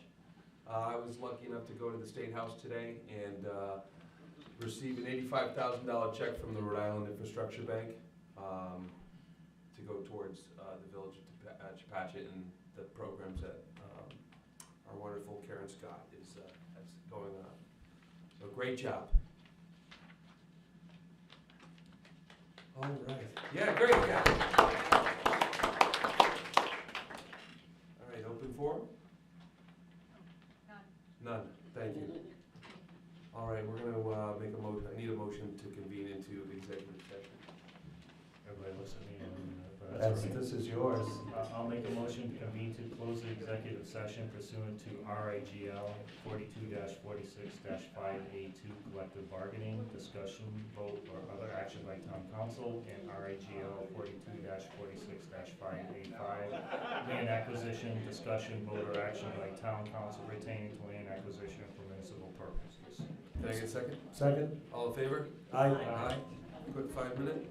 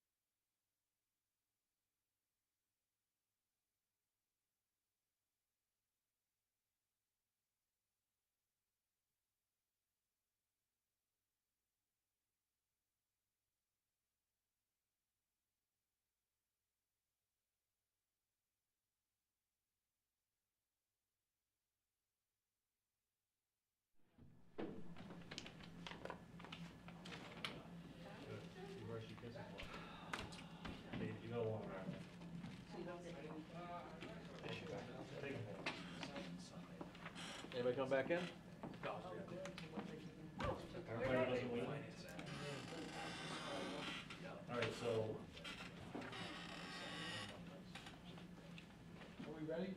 Yes. Yeah, she could, let's play, please. Yes. okay. We So are I'll ready. make- Right, I'll make a motion to reconvene into open session. I'll disclose that no votes were taken in closed executive session. Second. To seal the minutes. All in favor? Aye. No, you have to do by roll call, please. Oh, roll call. Oh, Counselor Greathouse. Aye. Counselor Arnold. Aye. Counselor Steer. Aye.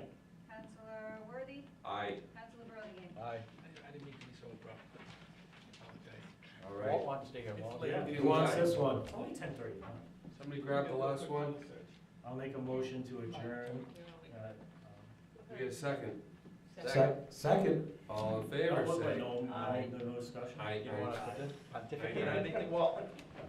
Aye. Great job tonight.